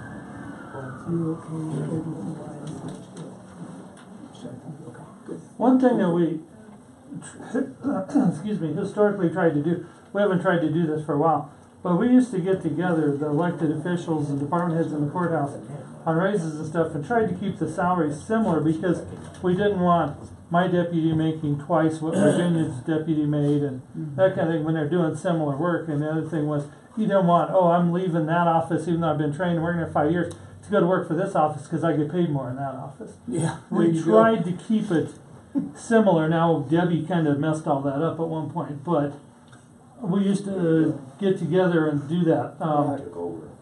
And took over all that, and then we quit when she came in because she didn't want to do that. But we tried to do that because otherwise you get all over the map. Yeah, and like I said, you got somebody that's working for you for 10 years, and all of a sudden they go to work for another department because I'm working less and I'm making a lot more money. So that's why it's important to do it as a group, I think, and try to keep the ranges at least similar. Yeah, because I've never thought about that possibility of jumping ships within the county. Yeah, for wages. and it's okay if it's a move up. You know, we've had people do that. They go become a deputy in another department, take on more responsibilities, fine. But for lateral moves, it's, to get more money is kind of silly. It shouldn't be. That's why it's called lateral. Yeah, exactly. Good. Other things? Is quarterly sufficient? Do we need to do more, or should we do it less, or how often should we meet? I think quarterly is fine. Okay. Good. We've tried monthly and it's been Wasn't anything that was purposeful. Well, and again, in a little, relatively small county government, you know. Yeah, I think 99% of the problems get worked out before they ever get to the staff meeting. So And we were doing them monthly, and it was like coming in, we don't have anything, and we would just leave, so. Good. Yeah. Okay, but we're still in the BOCC meeting, so we're gonna move along unless you have something else. But if not, we'll adjourn the staff meeting. Thank you, guys. Thank you very much. Appreciate Good that. job. We'll move on. I think our last agenda item is comments from the public. So certainly, yes, ma'am. You have been patient. Thank you. That's okay. I don't mind listening to the staff meeting. Okay, I have 2 questions. First one, when you did the straw poll, I didn't vote yes or no because I didn't have all of my questions answered. And I actually am okay with saying, well, the county has to pay $20,000 a year as their share for this infrastructure project. I'm okay with that. So in that case, I would have voted yes. But I would have voted no unless I could get this question answered, and it's been partially answered, but not completely. So we've been told that we'll get paid, we do a little bit of work, you know, something, and then we get paid for it and do a little bit more and get paid for it. So we've got our $0 to $2 million stretch. And hopefully at the end of the $2 million, when we hit that, we've got 6 completed towers and the roads and the power and the generators and everything, the right ways, everything is done and we're complete at the end of the $2 million. Okay, so my first question was, well, if we hit you know, after several months and we've spent $100,000 and we've gotten reimbursed for the $100,000. Then, you know, the next couple months and we hit $200,000 and we get reimbursed for that. And then we go, you know, this just isn't going to work. We stop it. We're not liable to pay back any of that money that we've already spent. Okay, and I wish that had been clear to everybody, because that would make people go, okay, you know, the county is really only going to be responsible for the maintenance and not anything else. Not such a big deal. But my big question on this, I know there's about a 25% holdback on it. Margin in it. Yeah. So if we hit the 2 million and we're working on the 6 towers and we probably need another $200,000 to finish them, who's going to pay that $200,000? Are we, you know, is the county? I'll answer that. DOLA normally, once they've committed to a project, if there are reasonable overruns that were unforeseen, they fund it. And that came directly from Krista Dune. And I've also firsthand saw it down at Wetmore when we found additional issues with the building that hadn't been anticipated. And we said, we need more money to finish this. And they said, what's the issue? They realized it wasn't mismanagement. And they said, sure. So while I can't say, don't worry, they're going to cover it, they're not going to leave us out to dry. We're not going to stop the project $200,000 short of completing it because the 3 commissioners say, we're not funding this, and it just dies on the vine there. I mean, that's just not going to happen. Okay, I just want to make sure that the Custer County residents aren't going to have to all work out. And in fact, that I went to Christie with that specific question when it came up, and that was kind of the answer. She says, we're not going to leave you hanging, you know, but don't go squandering our money. So we're not going to pave the roads to the towers, is what she tried to say without saying those words, you know. You know what I'm saying? Let me add to that, because I am a program manager on both sides, from a government point of view and industry. And there is an additional safeguard that we've got to get into the specifics of how we're going to manage this, because now we have the county, probably for one of the first times, is going to be responsible for an actual program to be executed with money, our government money. And so throughout that year's time, we're going to have a process that will work, where we will be aware of overruns early to deal with and to understand how that might be impacted in the future. So that we would be, I mean, it happens, but we would be really foolish if we came up on the last 2 weeks and now we need $200,000, and what are we going to do? And for sure, like we said earlier, we're not going to squander and dip into the general fund to get by, and then how are we going to borrow $200,000? But that isn't, if we're responsible, and I'm going to propose that in a later meeting, but we're going to have a program manager running this from a government side, and I'm going to volunteer for the job. All right, my second question was, when Mr. Baker was here talking today about the fair board, I was totally confused and lost and whatever. But I am very interested in the fair board and the fairgrounds and how all of that runs. I've had experience before with dealing with fair boards and fairgrounds when I was in California. And here, the fair board's a public group.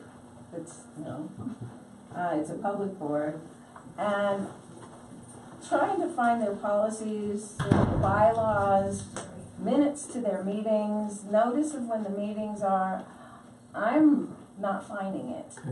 And I know, again, where before I lived, public documents, like even for the broadband proposal, the 6 tower proposal, that document, and we keep getting told it's this thick, and if we want to see it, come for a cup of coffee and we can see it. Those were always, also at the county library, so that anybody could go into the county library and take a look at these public documents.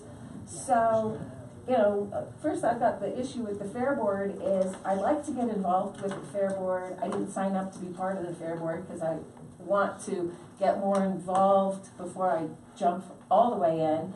And I'm coming to this dead end of I don't know where to find their things. Probably true with all the boards. Probably with all the boards, but this is one that I'm interested in. Some of them. But could the county possibly put documents like this into the library? That's where I was headed. Yeah, let me give you Diane Rose is the president of the Fair Board. I believe they call her the president, not the chairman. Her email address is D as in Diane, K ROSE at AOL.com. I believe it would be reasonable for you to email her and ask her, can you be included on their agenda mailing or whatever?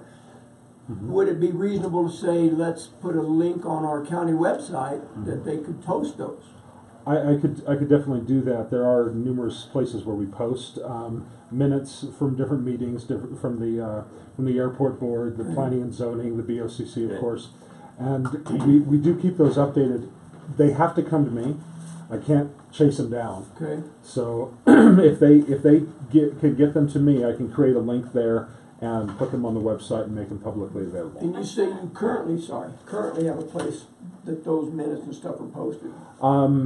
Planning and zoning. Okay, the within airport, the individual departments? Yeah, within the individual departments, yeah. So I'd like to recommend, if in that light, if that's the case, Brenda ought to put a note out to everybody that has an input to give them your address and that you need them after their meeting. That would work. Yeah, I just went to Extension website, which is where I would normally expect to find eventually the minutes of a Fair Board meeting. The extension? I thought there was a link. Is there not a link on that extension? On Extension? Yeah. Well, if you go to the extension page on the Custer County website, it goes to the CSU extension homepage. Right. And from there,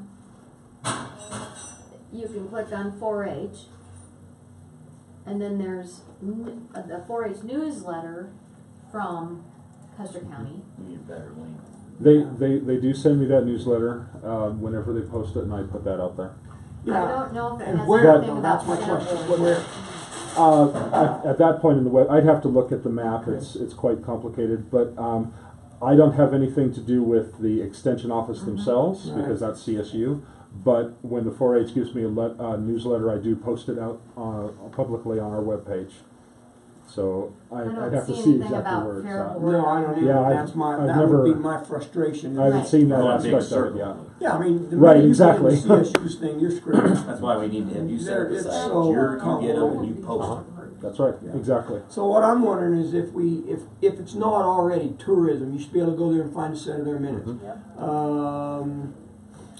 Planning, no, let me pick another one that would typically keep minutes. Veterans Service, noxious weeds. We should be able to click on there. If they're not there, I'm saying, should we have another Fair Board, that says board advisory meeting board? minutes, all boards. Okay. You are entitled to those documents.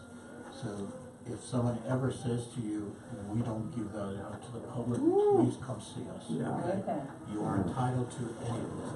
Okay, well, I will contact her, but it would be nice to have them on the county's website since these are county boards and commissions.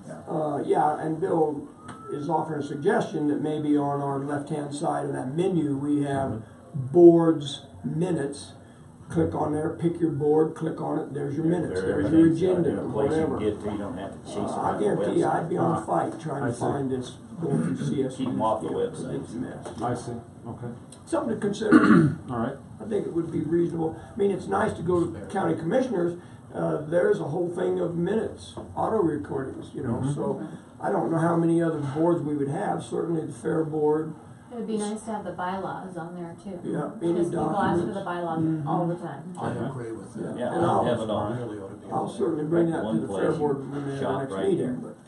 A one-stop shop? Right, and don't get it because they go into those other links, they gotta find on their homepage what they got and then they chase it around and they give up. And some of those links link out to, and then They come go back. in and then they come back and they go, what happened? Good. That's Okay. why it's your job, not mine. Any other comments from the public? You are not the public, so you keep your comments to yourself back there. You gotta know what you said. We're 15 minutes behind schedule, not the end of the world. But other comments, public? Hearing none? Chair will obtain a motion. I move we adjourn.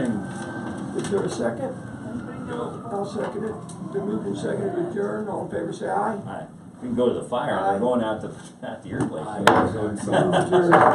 And actually, Please don't. yeah, it's, I can adjourn it without a vote with no objections from the other commissioners, but thank you. Good job. Thanks, buddy board. You did a good job.